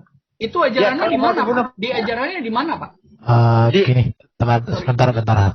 Mungkin Coach Shirley agak biarkan dulu Bapak itu kasih kesempatan menjelaskan kemudian supaya kita dapat mendengar dengan mantap. Ya, jadi hak membunuh dalam Islam itu ada, Pak. Pertama dalam peperangan. Itu ada. Ya, artinya saat kita berperang antara dua pilihannya, kalau enggak dibunuh kita akan terbunuh. Itu artinya saat kalau kita tidak membunuh maka kita akan terbunuh. Ya tidak heran. Tidak heran di mana-mana, di mana ada Islam ada perang. Kan kalau misalkan ada perang ada hak untuk membunuh. Ada perang, di mana ada Islam pasti ada perang, Pak. Sorry. Ya, kalau pemahaman Syiah yang tadi Bapak ini sampaikan sih sebenarnya lebih ini ya, lebih kalem dibanding Islam yang kita ketahui. Jadi kita take isi aja. Artinya ini saya melihat sih ya, ada hal-hal yang baru ya. Kita belajar tentang marifat apa segala macam. Ya silakan Pak. Bapak ini Islam Syiah, jadi. Pak, ada ngomongin makrifat segala ini. Makrifat. Katanya makrif. Iya, jadi apanya main cantik. Ini Bapak ini beda dia dengan Islam polemikus, Pak. Jadi Islamnya lebih akomodatif terhadap apa yang tadi kita sampaikan. Iya. Dia gini, walaupun Bapak agak ini ya. kita menyampaikan hal yang berbeda, dia terima, dia pahami, walau dia tidak imani, udah prinsipnya. Jadi di sini kita saling buka data, mengkritisi boleh, tapi bukan menyerang gitu. Tapi mengkritisi aja, karena dialognya dengan Bapak ini kan bukan polemikus yang lain. Bapak ini beda. Oke, silakan lanjut. Oke. Ya, masalahnya yang jadi masalah adalah ini ayat ini adalah andalan para teroris, Pak. Saya sih terus terang bilang begitu aja ya. Anda bisa menerima atau enggak? Tidak bisa, Pak. Jadi gini, maka harus jelaskan secara lengkap.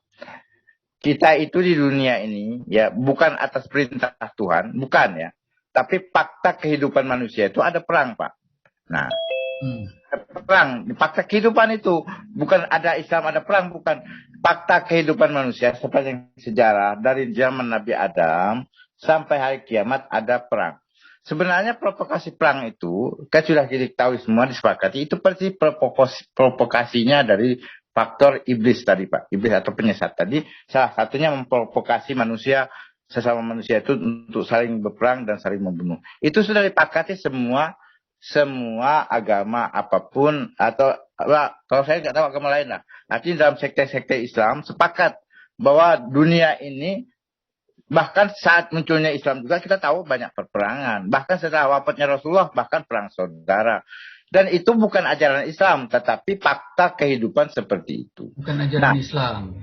Ya, bukan. Jadi, tapi di dalam Islam, karena fakta kehidupannya di tengah manusia dalam sepanjang sejarah, ada perang dan ada damai. Karena itu wahyu mengatur saat perang begini loh, saat damai begini loh, gitu loh, Pak. Jadi, ini porsinya Tuhan ini mengatur. Tuhan sudah tahu bahwa alam dunia ini dalam sepanjang sejarah ada perdamaian, ada peperangan. Dan Tuhan dan kitab sucinya itu mengatur manusia. Kalau perang begini caranya, gini aturan mainnya. Kalau damai gini cara dan aturan mainnya. Gitu harus dipahami seperti itu, Pak. Jadi bukan Tuhan mengajarkan perang, tapi Tuhan mengajarkan kalau dalam kondisi perang ini aturannya, gitu loh, Pak. Mungkin begitu ya gambarannya. Iya, Pak Jaga. Saya sebelumnya saya cuma nambahin. Saya tertarik juga dengan ayat surah At-Taubah ayat 39 ya. Mungkin saya bisa share screen ayatnya.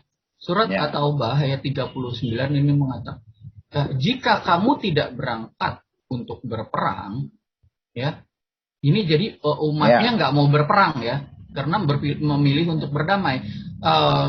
Niscaya Allah akan menghukum kamu dengan azab yang pedih dan menggantikan kamu dengan kaum yang lain, dan kamu tidak akan merugikannya sedikit pun, dan Allah Maha Kuasa dalam segala sesuatu. Saya agak heran ya, ini umatnya udah lebih memilih untuk damai, dia nggak mau berperang umatnya, tetapi Allahnya yang akan mengazab gitu. Ya, jadi gini Pak, ayat itu berkaitan, itu artinya Tuhan sudah mengetahui perang itu tidak bisa dihindari. Kalau perang tidak bisa dihindari ya. Sebagai Tuhan yang Maha Kuasa tidak bisa menghindari perang gitu ya. Bro Charlie, coba saya bantu jelasin ya. Oke, silakan. Gini, perbedaan Sunni dengan Syiah, Sunni itu sangat agresif ya, sangat ekspansif. Sementara Syiah itu, Sunni dan Syiah itu saling bersaing ketika Nabi Baginda mati. Nah, Syiah itu siapa sih? Keluarga-keluarga dari keturunan Muhammad. Syiah itu justru tersingkir. Tadi yang seperti Bapak bilang, cucunya Muhammad itu dibantai, kepalanya dipenggal dan kepalanya dijadikan souvenir. Nah, yang saya mau tanya ke Pak, mana Pak Jagatnya masih ada nggak? Wah, udah cabut ya? Udah cabut ya. Jadi gini, jangan terlalu galak. Kalau terlalu galak nanti dia kabur. Iya, karena terlalu galak. Aku terlalu ini ya, beda bro. Syiah itu manis, Islam manis, Islam manis. Cara menghadapi Sunni atau cara menghadapi Sunni itu beda dengan cara menghadapi Syiah. Dia masuk lagi. Jangan terlalu galak bro. Iya, silakan bro. Nah. Oke, Pak, siapa nih tadi? Pak Jaga masih ada, Pak? Monitor Pak Jaga? Masih menunggu waktu connect. Masih menunggu ya. Oke. Masih baru connecting ya. Pak Jaga udah belum. Ya, udah. Oke, silakan Bro. Pak Jaga, gini, kan kalau saya sih memahami perbedaan Sunni dan Syiah ketika memang Baginda Nabi sudah meninggal kan artinya ada terbelah ya antara siapa yang menjadi penerusnya kan. Nah kan saya bisa luruskan kalau saya salah. Kalau Sunni itu kan lebih ekspansif, lebih agresif gitu kan. Sementara Syiah lebih defensif. Di mana keturunan Nabi sampai dengan keturunan ke-9 ataupun ke-10 itu yang Pak Jaga sampaikan dibunuh oleh pengikut Sunni ataupun yang pada saat itu menjadi khilafah gitu. Kalau dari histori seperti itu, akhirnya apakah Syiah menjadikan kesadaran spiritual sebagai ajang persaingan ke Sunni yang ekspansif, Pak? Ya, ini bikin spiritual tadi kan saya menjawab perang tadi ya. Itu ayat berkaitan dengan kondisi. Enggak, Pak. Tolong dikonfirmasi apakah yang tadi saya sampaikan keturunan Nabi Muhammad Baginda itu dibunuh oleh orang Islam itu sendiri atau aliran Sunni, Pak? Ya, dibunuh oleh penguasa Sunni, Pak. Penguasanya, bukan Sunni pada umumnya, tapi dari penguasa Sunni ya, Pak. Khalifah yang berkuasa pada saat itu karena takut. Itu sampai keturunan ke-7 ya, Pak? Sunni. Sampai sekarang dikejar-kejar ya, sampai sekarang kan yang sekarang 12 gitu kan. 12 kemudian 13 sekarang. Oh. 13. Jadi menurut Bapak konflik Sunni Syiah itu karena apa ya, Pak? Kalau bicara kita kesadaran, ya tadi kita aplikasikanlah ilmu Bapak 4 dimensi itu. Bisa diterangin nggak, Pak? Ya, konfliknya begini, Pak. Itu kan konflik teologi dan politik. Teologinya Islam, Syiah, itu kan teologi al-mustahlif. Artinya mustahlif itu, saya ambil 3 dalil dalam Al-Quran ya. Pertama, ayat Al-Quran dalam surah Al-Baqarah, ayat 30 ya. Wa idza qala rabbuka lil malaikati inni ja'ilun fil ardi khalifah. Ingatlah ketika Allah berfirman kepada para malaikat, aku akan menjadikan seorang khalifah di muka bumi, yaitu Adam alaihissalam. Nah, Adam ini tidak ada suatu riwayat menceritakan bahwa Adam itu jadi khalifah hasil demokrasi atau hasil musyawarah atau hasil suro, hasil rapat. Nggak ada, artinya bukan pihak manusia yang menjadikan Adam sebagai khalifah, tapi pihak Tuhan sendiri menjadikan Adam sebagai khalifah. Itu pertama. Yang kedua, misalnya Nabi Daud. Ya Daudu inna ja'alnaka khalifatan fil ardi fahkum bainan nasi bil haqqi. Hai Daud, aku jadikan engkau seorang khalifah di muka bumi, maka hukumilah manusia itu dengan keadilan.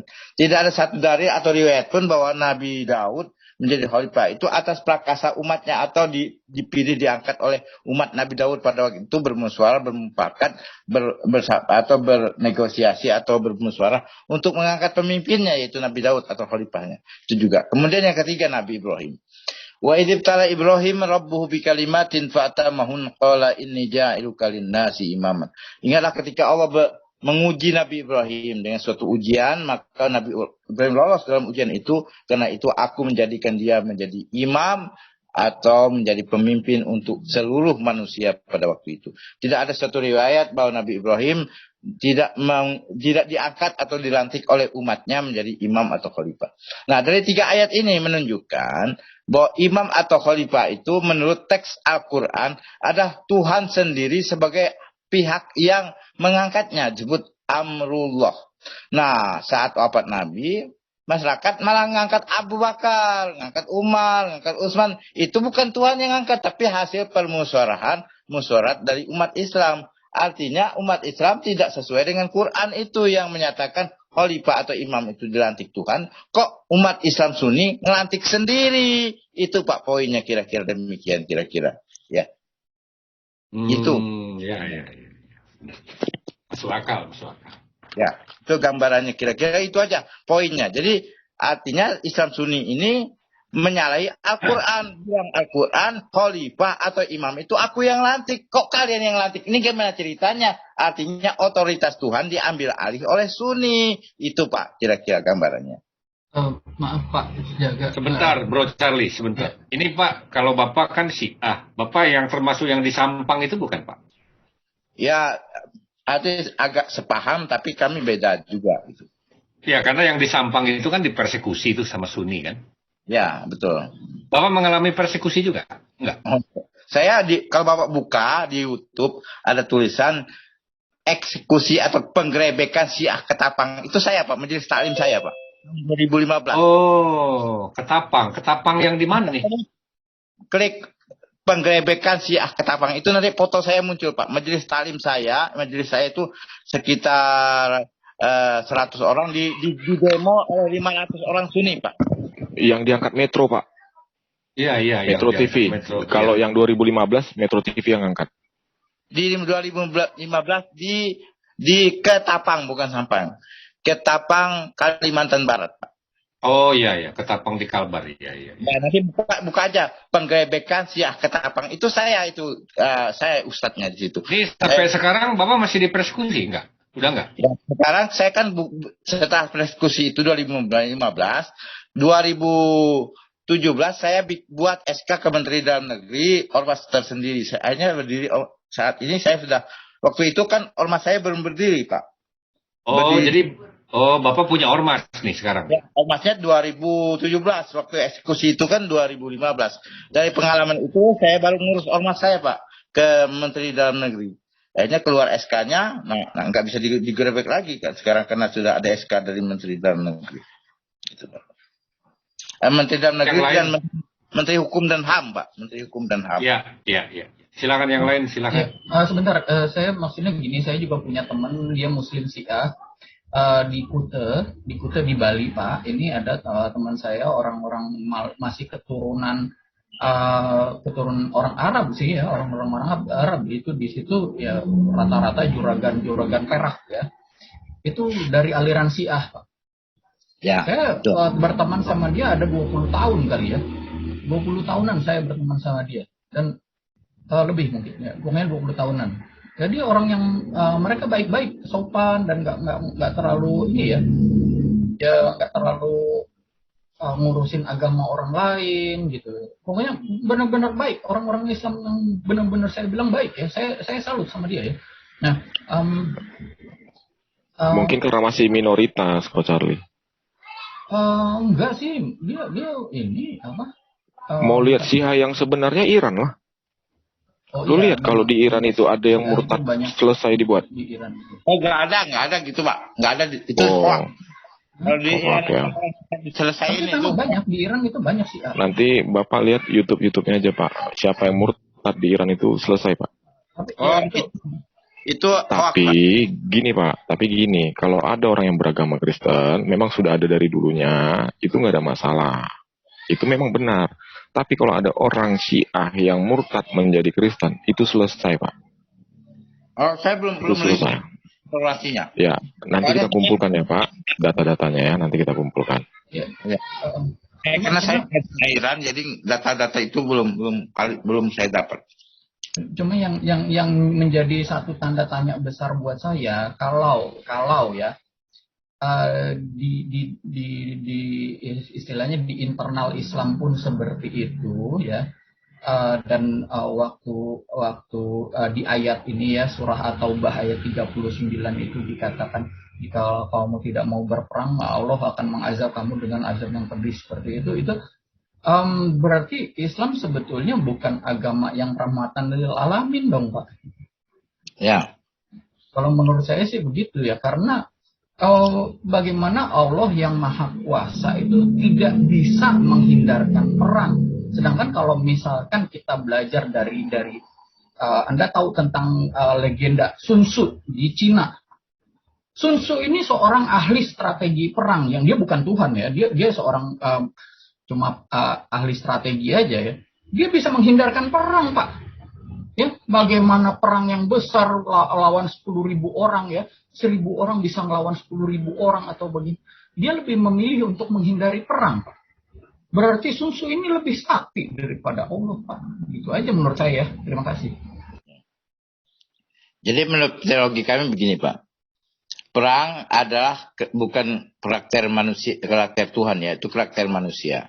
Jadi karakter manusia sepanjang sejarah, kita lihat memang dari sejak Nabi Adam sampai sekarang terusnya, itu sampai itu kan diprotes oleh malaikat sendiri. Kenapa engkau jadikan seorang khalifah di muka bumi yang mereka akan perang-perangan kan gitu kan? Itu kan diprotes, bisa Bapak baca di dalam Al-Baqarah. Masalahnya gini, Pak, di ayat ini ya, ayatnya mengatakan jika kamu tidak berangkat berperang ya, ini kan manusianya tidak mau berperang. Jadi tadi Anda bilang perang itu masalah manusia, tetapi ini masalah Allah, Pak. Niscaya Allah akan menghukum kamu dengan azab. Ya, kan masalahnya kan itu terjadi apa, Pak? Tuhan kan menerima agama. Dan agama yang diturunkan Tuhan itu diperangi, Pak. Kan gitu masalahnya di situ. Agama yang diturunkan Allah diperangi. Makanya gitu, Tuhan ya?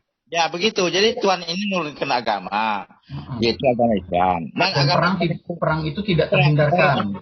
kafir Quraisy. Maka tidak ada jalan lain bukan lari dari perang atau menghindar, tapi kau melawan itu, gitu loh maksudnya. Gitu, ya. Aduh.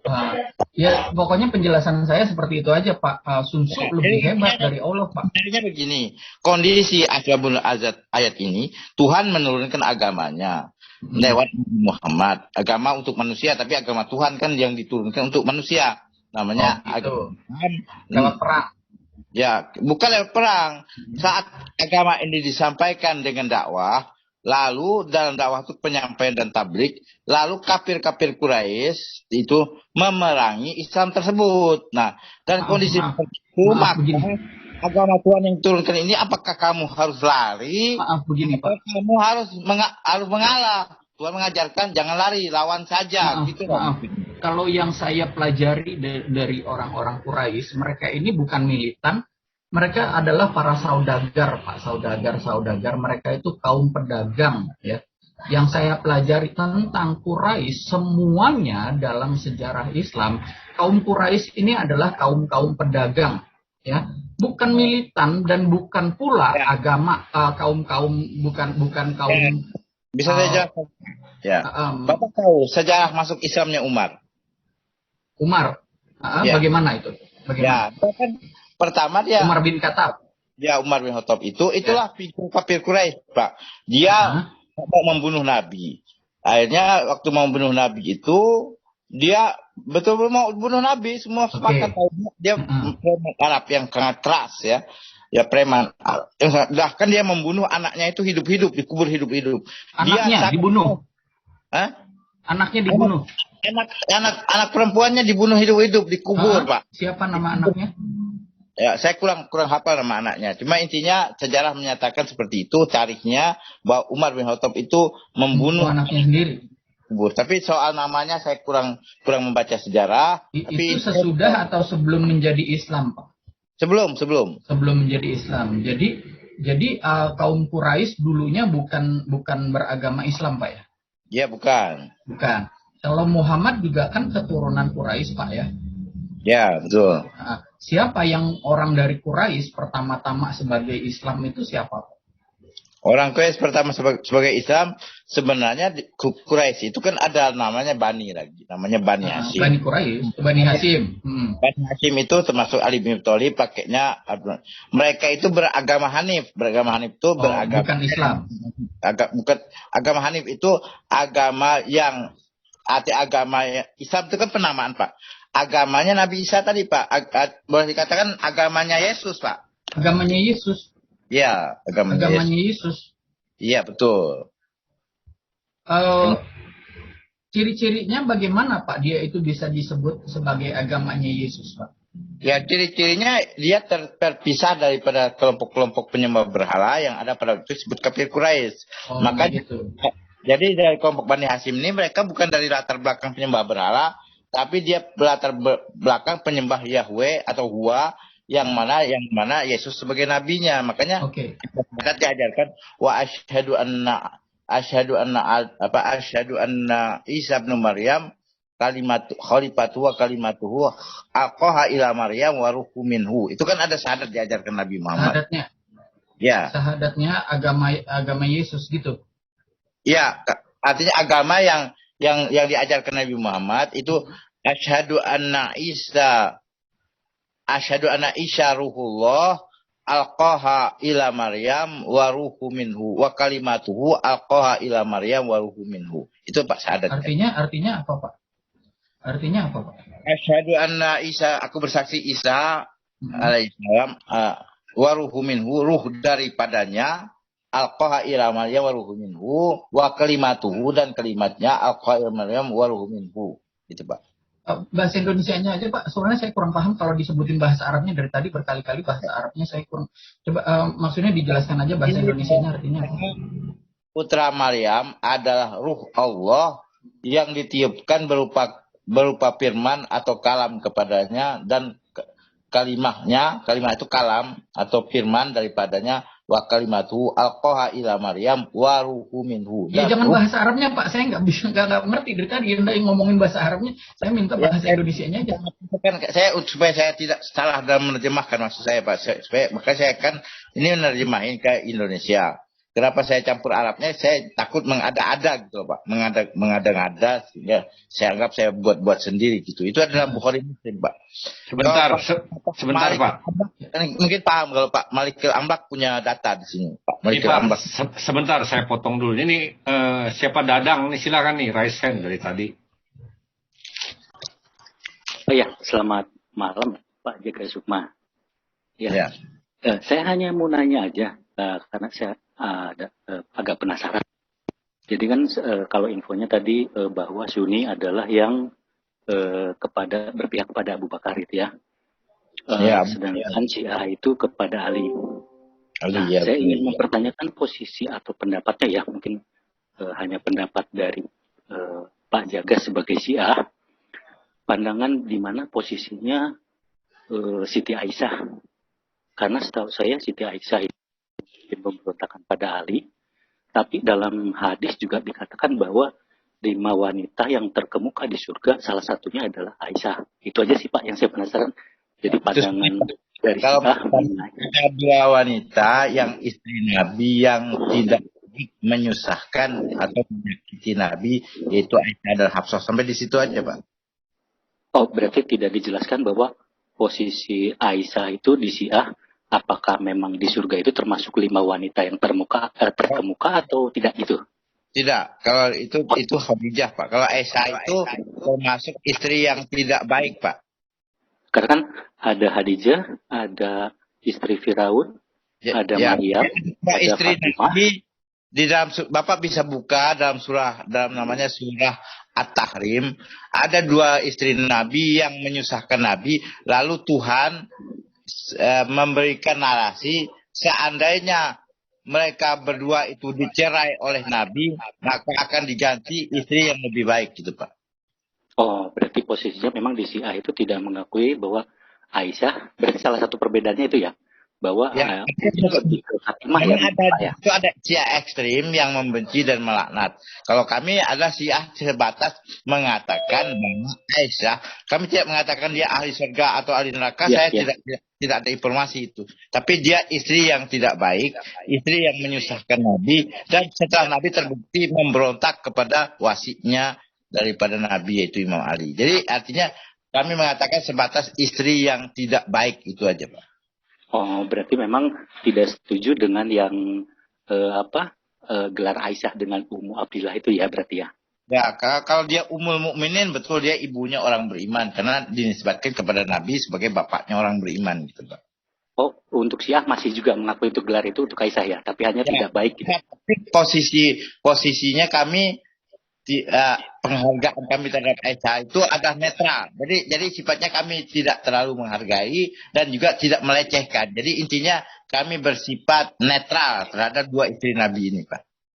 Oh ya, udah itu aja Pak. Makasih atas penjelasannya. Yuk dilanjut lagi teman-teman. Mau nanya Pak Jaga Sukma.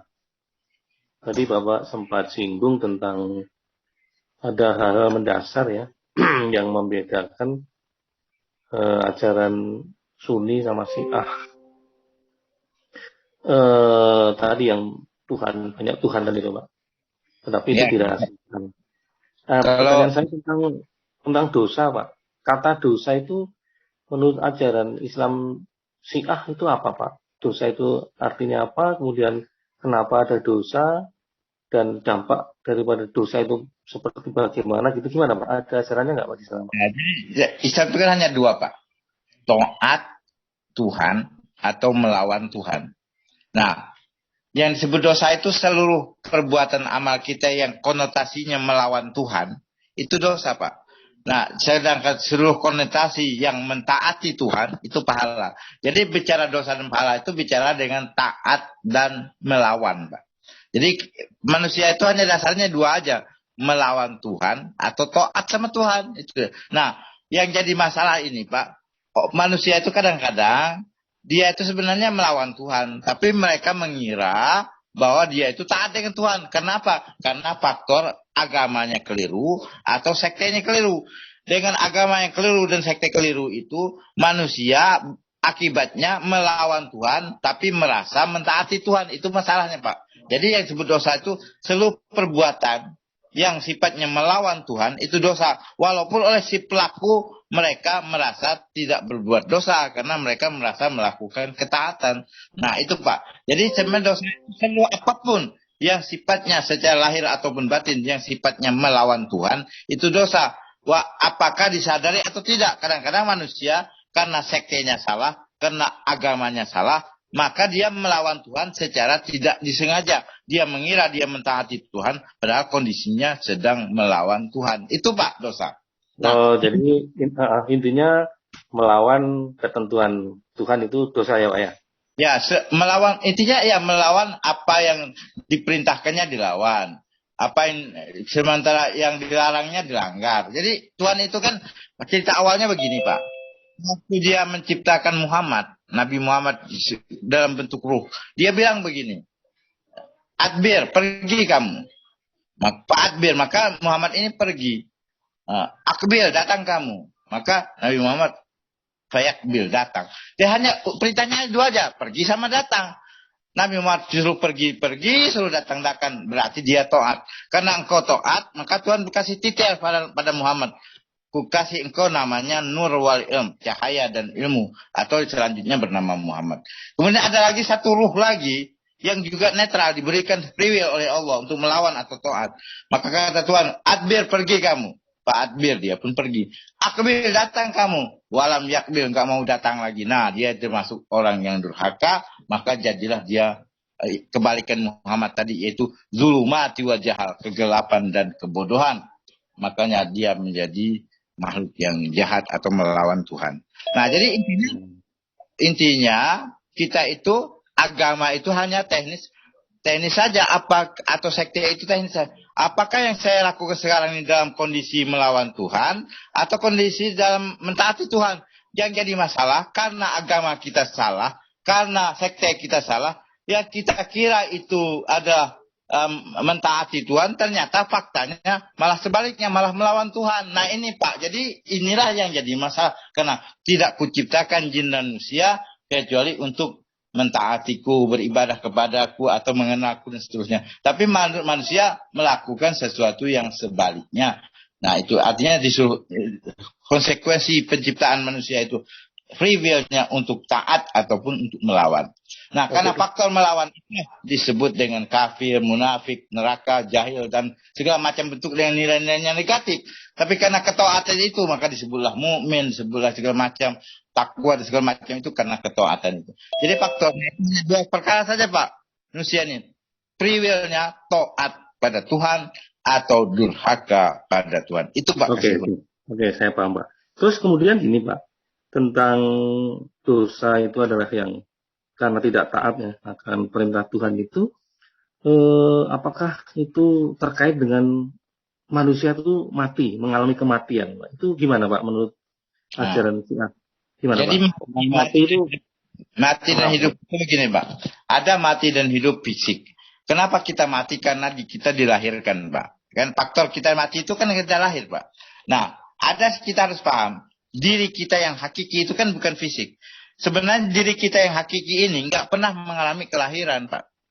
Yang mengalami kelahiran itu kan diri kita yang tubuh ini, yang fisik, yang jasmani, yang daging ini. Diri kita yang melihat, yang berpikir, yang mendengar. Ini sebenarnya diri yang tidak pernah dilahirkan. Karena dia tidak pernah dilahirkan, maka dia tidak pernah mengalami kematian. Nah, artinya sebenarnya kita sekarang ini sebenarnya kondisinya bisa hidup, bisa mati, Pak. Orang yang sedang tidur dan tidak sadar bahwa dia itu sedang tidur, bermimpi, maka orang itu berarti dia sedang mati, Pak, tidur. Nah, contoh kita sekarang ini. Kalau saya merasa bahwa saya ini sekarang Pak sedang tidur, bincang-bincang dengan bapak-bapak ini di alam mimpi dunia. Nah, saat saya tidak menyadari dia adalah mimpi dunia, berarti saya sedang mati. Tapi saat saya menyadari mimpi dunia ini adalah mimpi, bukan kehidupan. Tapi sebenarnya ada kehidupan di balik kehidupan ini. Itu Jadi hidup itu menyadari Tuhan yang hidup dan menyadari kita sedang bermimpi. Tapi kalau kita menyadari kita yang hidup, mana Tuhan? Itu artinya sedang tidur, sedang mati, Pak. Jadi sebenarnya contoh, saya ini sebenarnya tidur bermimpi, bisa berbicara, berdialog dengan bapak-bapak semua. Nah, ini adalah kondisi saya sedang berdialog di alam mimpi. Orang yang bermimpi itu dia sedang tidur. Tidur itu adalah kematian. Jadi kalau saya tidak menyadari orang yang sedang tidur, dia tidak menyadari dia sedang bermimpi. Tapi orang yang sudah bangun dari tidur, dia menyadari sedang bermimpi. Saya sekarang sudah menyadari, saya bangun tidur, berarti sekarang saya sedang bermimpi. Dalilnya, an-nasu niyam, fa'idha matu intabahu. Semua manusia ini tidur. Apabila dia meninggal dunia, maka dia bangunlah dari tidur. Makanya menjadi hal yang terbaik. Kematian adalah kehidupan, kehidupan adalah kematian. Itu Pak filsafatnya atau filosofisnya di Syiah tentang hidup dan mati. Demikian kira-kira. Berarti maaf sebentar. Untuk host, tolong saya chat ini, tolong dibaca ya. Untuk host, Bro Kaisar on nggak? Tolong itu dibaca chatnya. Sorry. Untuk host Bro Kaisar, atau aku chat ke ini ya, co-host ada yang siapa yang on ya, pemikir ulung ya, atau Bro Erben, aku chat ya, bentar.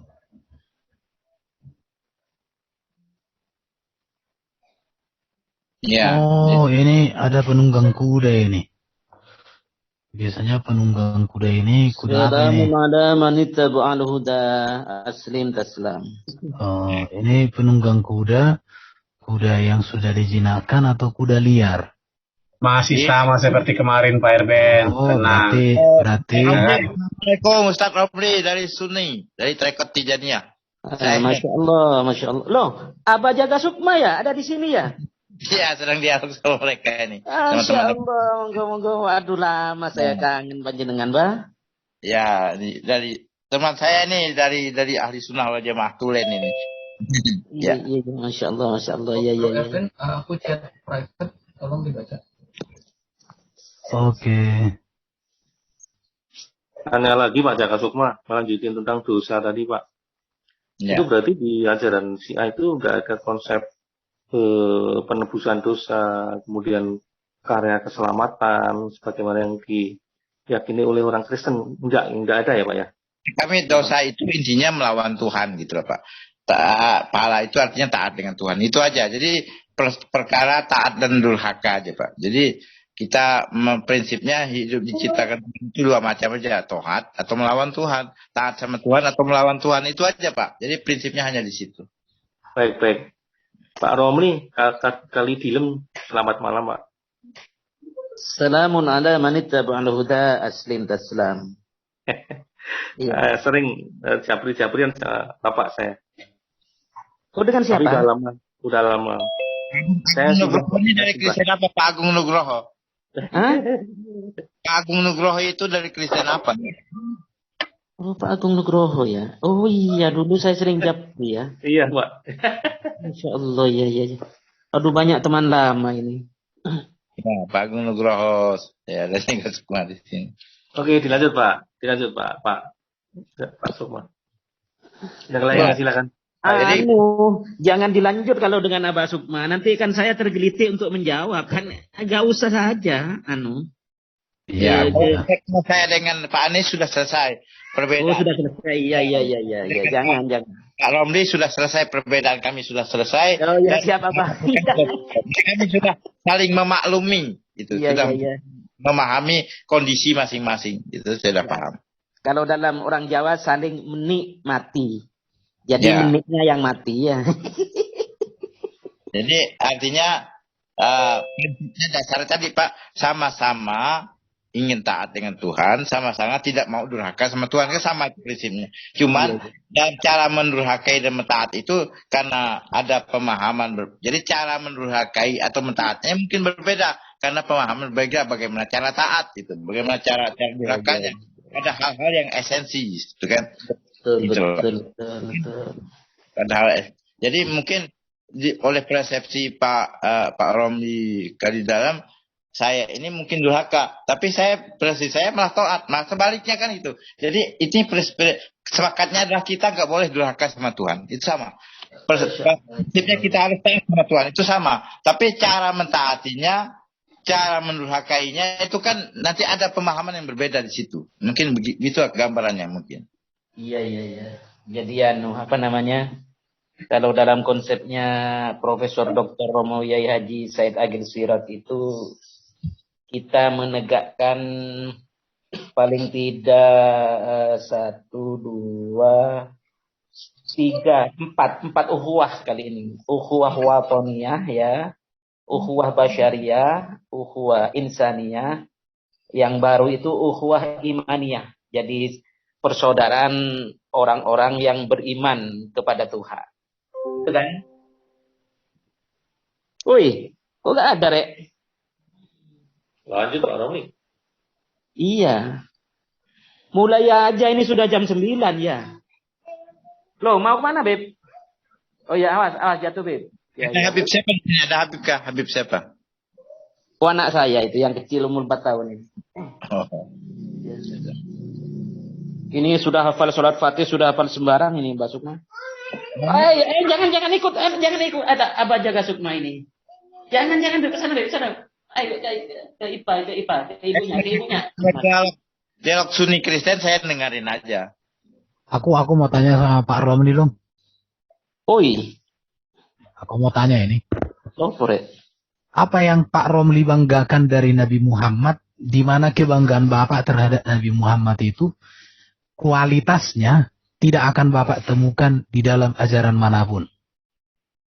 Sopo yang tanya ini? Pak Irben, Pak, yang punya. Oh, Pak Irben, ya. Jadi saya bangga, saya takdim, saya taslim karena laulaka ma khalaqtul aflaka. Sebentar. Apa itu? Makanya saya jelaskan. Hadis qudsi ini menjelaskan bahwa kalau tidak karena engkau ya Muhammad, sampai 2 kali Allah itu berfirman, maka aku Allah tidak akan menciptakan falak. Falak dimaksud ini tidak akan pernah menciptakan apapun dan siapapun. Tidak akan pernah menciptakan Baginda Yesus bin Maryam Al-Masih alaihissalam. Tidak akan pernah menciptakan surga neraka. Tidak akan pernah menciptakan apapun dan siapapun kalau tidak karena kebanggaan, kecintaan, penghormatan Allah Rabbul Alamin kepada satu-satu hambanya sebagai rahmatan lil alamin. Paham? Cuman itu doang? Cuman itu doang? Iya, kalau enak di-live-kan ini ilmu itu mahal, Bang. Tidak akan menciptakan engkau Muhammad ya.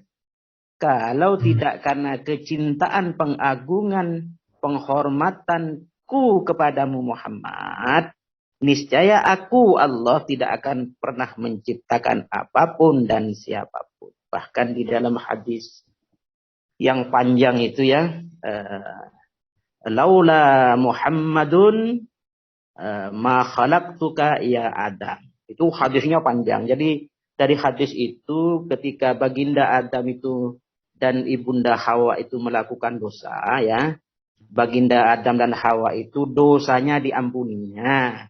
Ini menepis dosa waris. Nah, ketika dosanya diampuni, Baginda Adam itu dialog dengan Allah. Ya Allah, mengapa engkau mengampuni aku? Karena bijahi. Bijahi itu kalau wajihan ya. Bijahi Muhammadun. Lalu Allah berfirman, loh, bagaimana kamu tahu saya mengampuni kamu itu karena jahihnya, karena keagungannya Muhammad, padahal dia belum saya turunkan ke dunia. Itu ya Allah, gitu. Saya ketika diampuni dosa saya dan istri saya melihat di arsy itu tergantung suatu nama, la ilaha illallah Muhammadur Rasulullah. Sehingga saya paham, engkau tidak akan pernah menyandingkan namamu dengan nama seseorang kalau bukan merupakan satu-satunya makhluk yang paling engkau agungkan, paling engkau cintai, paling engkau hormati. Sodak tuh ya Adam, betul sampean Adam gitu loh. Maka berdoalah bihaqihi atau bijahihi, dan karena laula Muhammadun ma khalaqtuka ya Adam. Itu hadisnya ini termaktub di dalam kitabnya Profesor Dr. Said Muhammad bin Alwi Al-Maliki Al-Hasani At-Tijani ya, yujibu antu sahah gitu loh. Terus dia ada di dalam kitabnya Al-Baihaqi. Al-Baihaqi ini satu-satunya imam ahli hadis yang berkomitmen tidak akan pernah menulis di dalam kitab-kitab hadisnya tentang hadis dhaif. Tentang hadis maudhu ya. Jadi kalau sudah ditulis oleh Imam Al-Baihaqi ini pasti bukan hadis maudhu. Oke, pertanyaan berikut, Muhammad itu berdosa enggak, Pak? Oh enggak pernah berdosa. Maksum. Oke, bagaimana dengan ayat Quran yang mengatakan ini sudah dileskan apa belum ini? Sudah. Oh iya.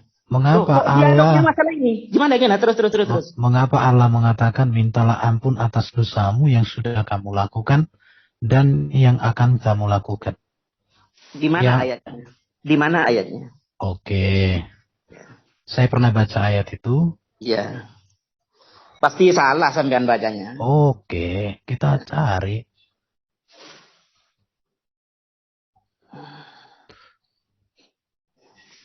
Loh, ini tidak membahas yang kita rencanakan ya? Ya, oke. Mbak Kesar, Pauli. Sudah masuk jamnya kayak gini. Kalau saya apa, Pak? Diteruskan nggak apa-apa, nanti mengarah ke sana. Nggak apa-apa, karena lain narasumbernya. Lain narasumbernya lain ini. Silakan Pauli, Pak Kesar, silakan. Lai Kesar, monitor Lai.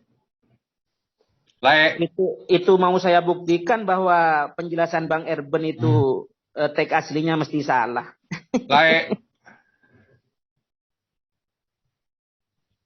Lai. Waduh. Daeng lala di mana? Harusnya Pak Justin ya, Pak Oli ya? Iya. Oh, Justin belum ada kah? Belum ada. Permasalahan saya hubungin Pak Kaisar juga belum diangkat. Oh, ini ada gitu. Justin ada ini. Oh, sudah ada ya? Ada ini, sang pembebas ini Bro Justin. Oh, oke. Bang Erben. Yo. Saya yakin panjenengan. Nanti aja Pak, nanti aja Pak. Oh, saya bisa buktikan contoh. Kan melakukan perintah Allah itu kan harus. Baginda Muhammad pernah kok nggak melakukan? Tampilkan ayatnya saja. Ketika si Ali, siapa itu, mau poligami Aisyah, siapa Fatimah, dia nggak bolehin kok. Apanya? Loh, kamu itu gimana sih? Ini kau berhadapan dengan Erben ini. Kau berhadapan dengan saya. Saya ahli hadis.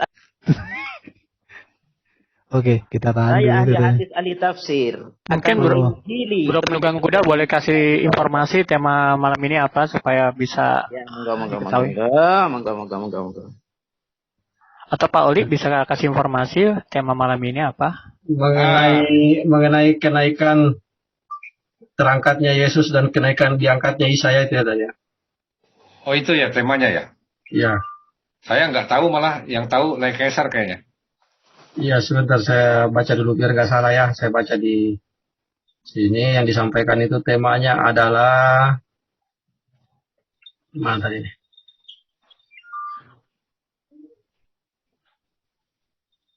Temanya adalah kenaikan Yesus dalam perspektif Kristen dan pengangkatan Isa dalam perspektif Islam. Ini narasumber dari sana siapa Pak? Dari SDN Mas Awi? Gus Romli. Oh, Gus Romli, oke. Coba di Raisen Pak. Raisen Gus. Raisen itu apa? Raisen itu ada itu loh, reaction itu. Iya. Oh, saya pijit yang mana ini? Anunya? Di HP itu dipencet di ini ada paling kanan. More itu kan, terus ada gambar tangan itu. Ya, mau izin saya akan gaptek ini ya nggak apa-apa. Ada tulisan Raisen itu. Ya, tapi saya bisa menginjili teman-teman yang membahas Quran dan hadis. Ya. Injil palsu ya Pak? Ini ayatnya. Nah, ini wis. Oke. Ini. Sudah tanda tangan saya, sudah tanda tangan. Oke. Bentar. Mana itu? Nanti lah, ini mau diskusi lah, nanti lah. Oh, udah mau diskusi nih. Iya, ini udah jadwalnya, ini udah ada orang-orang ISDN di sini. Oh, ya oke, lanjutlah kalian. Nanti panjenengan saya suruh baca teks aslinya pasti gak bisa. Waduh. Ya, nggak perlu Pak. Terus kita mau ini kita. Yang moderator siapa moderator nih? Bro Pemikir Ulung ya, moderator ya? Iya, saya pemoderator. Oke. Sebentar. Daing lala tak mungkin aku lupakan. Ini mana sih Lai Kaisar ini? Mana nih kamandannya, ini kamandan Regu. Lai Kaisar, telepon dulu. Kaisar di mana engkau berada? Mas Penunggang Kuda, kalau untuk masalah aturan debatnya, gimana? Mau disepakatin yang versi saya atau versi yang mana? Apanya? Gimana versi merah, yang versi merah kemarin itu. Iya, versi itu merah. Versi merah itu sudah. Pakai timer yang penting ya, timer versi merah. Itu sudah berjalan antara ISDN dengan EPC itu sudah. Kalau untuk ini itu yang kita laksanakan biasanya. Ini Daeng Lala Awi sudah live ini ya? Enggak, saya tidak live aja. Saya recording aja lah. Yang mana yang live ini? Yang live Pak Agus live. Oh, FIC live ya? Kalian live kan lah. Kalian takut live kan gimana sih kalian? Live kan di Islam. Ini penting ini. Apa takut kalian nanti murtad? Saya live kan ya sebentar. Live kan lah. Semua channel Islam live kan dong. Saya masuk laptop dulu. Bentar. Masuk. Saya ahli tafsir, ahli hadis, ini ilmunya. Kalau perlu panggil Jibril untuk ikut debat. Wah, tidak usah lah begitu. Panggil Yesus lah kalau gitu. Itu bahasa apa itu dipakai itu? Bahasa pasaran itu. Nggak apa-apa. Ngaji Metal Channel. Ya, Ngaji Metal Channel yang lain. Sana Beb. Cuma Pak Romli mah ya. Jangan ngomong begitu. Kalau jangan begitu. Di kitab kami ada tertulis loh itu panggil Tuhan itu berdebat. Anda nggak usah memulai. Nggak usah memulai. Ini bukan tinju ini. Saya sebagai moderator meminta setiap pihak untuk tetap kondusif ya, supaya kita bisa berdebat secara dewasa, lebih bermartabat. Tapi saya jangan digarai ya. Kalau digarai keluar Maduranya. Iya, saya garai. Kenapa mau ngapa? Ayo. Mau apa saja kalau dengan saya. Nah, ya sudah, makanya. Silakan kasihilah musuhmu. Ya. Ya, setan bro dipentung soalnya. Kalau kamu ketemu saya 2 meter sudah sebentar. Sabar. Waktunya di mana saya datangin kamu? Justin, ingat kata Yesus, kasihilah musuhmu. Enggak usah. Jangan dimintai Justin, sabar. Sama-sama makan nasi. Sama-sama makan nasi. Catat alamatku ya. Allah. Sabar. Ini Semua diam. Ini mau ngadu fisik apa mau diskusi? Semua diam. Ngadu fisik apa mau diskusi? Edo. Iya, semua diam. Tolong semua diam. Yang mau di sini muslim yang punya ilmu aja, yang enggak minggat aja.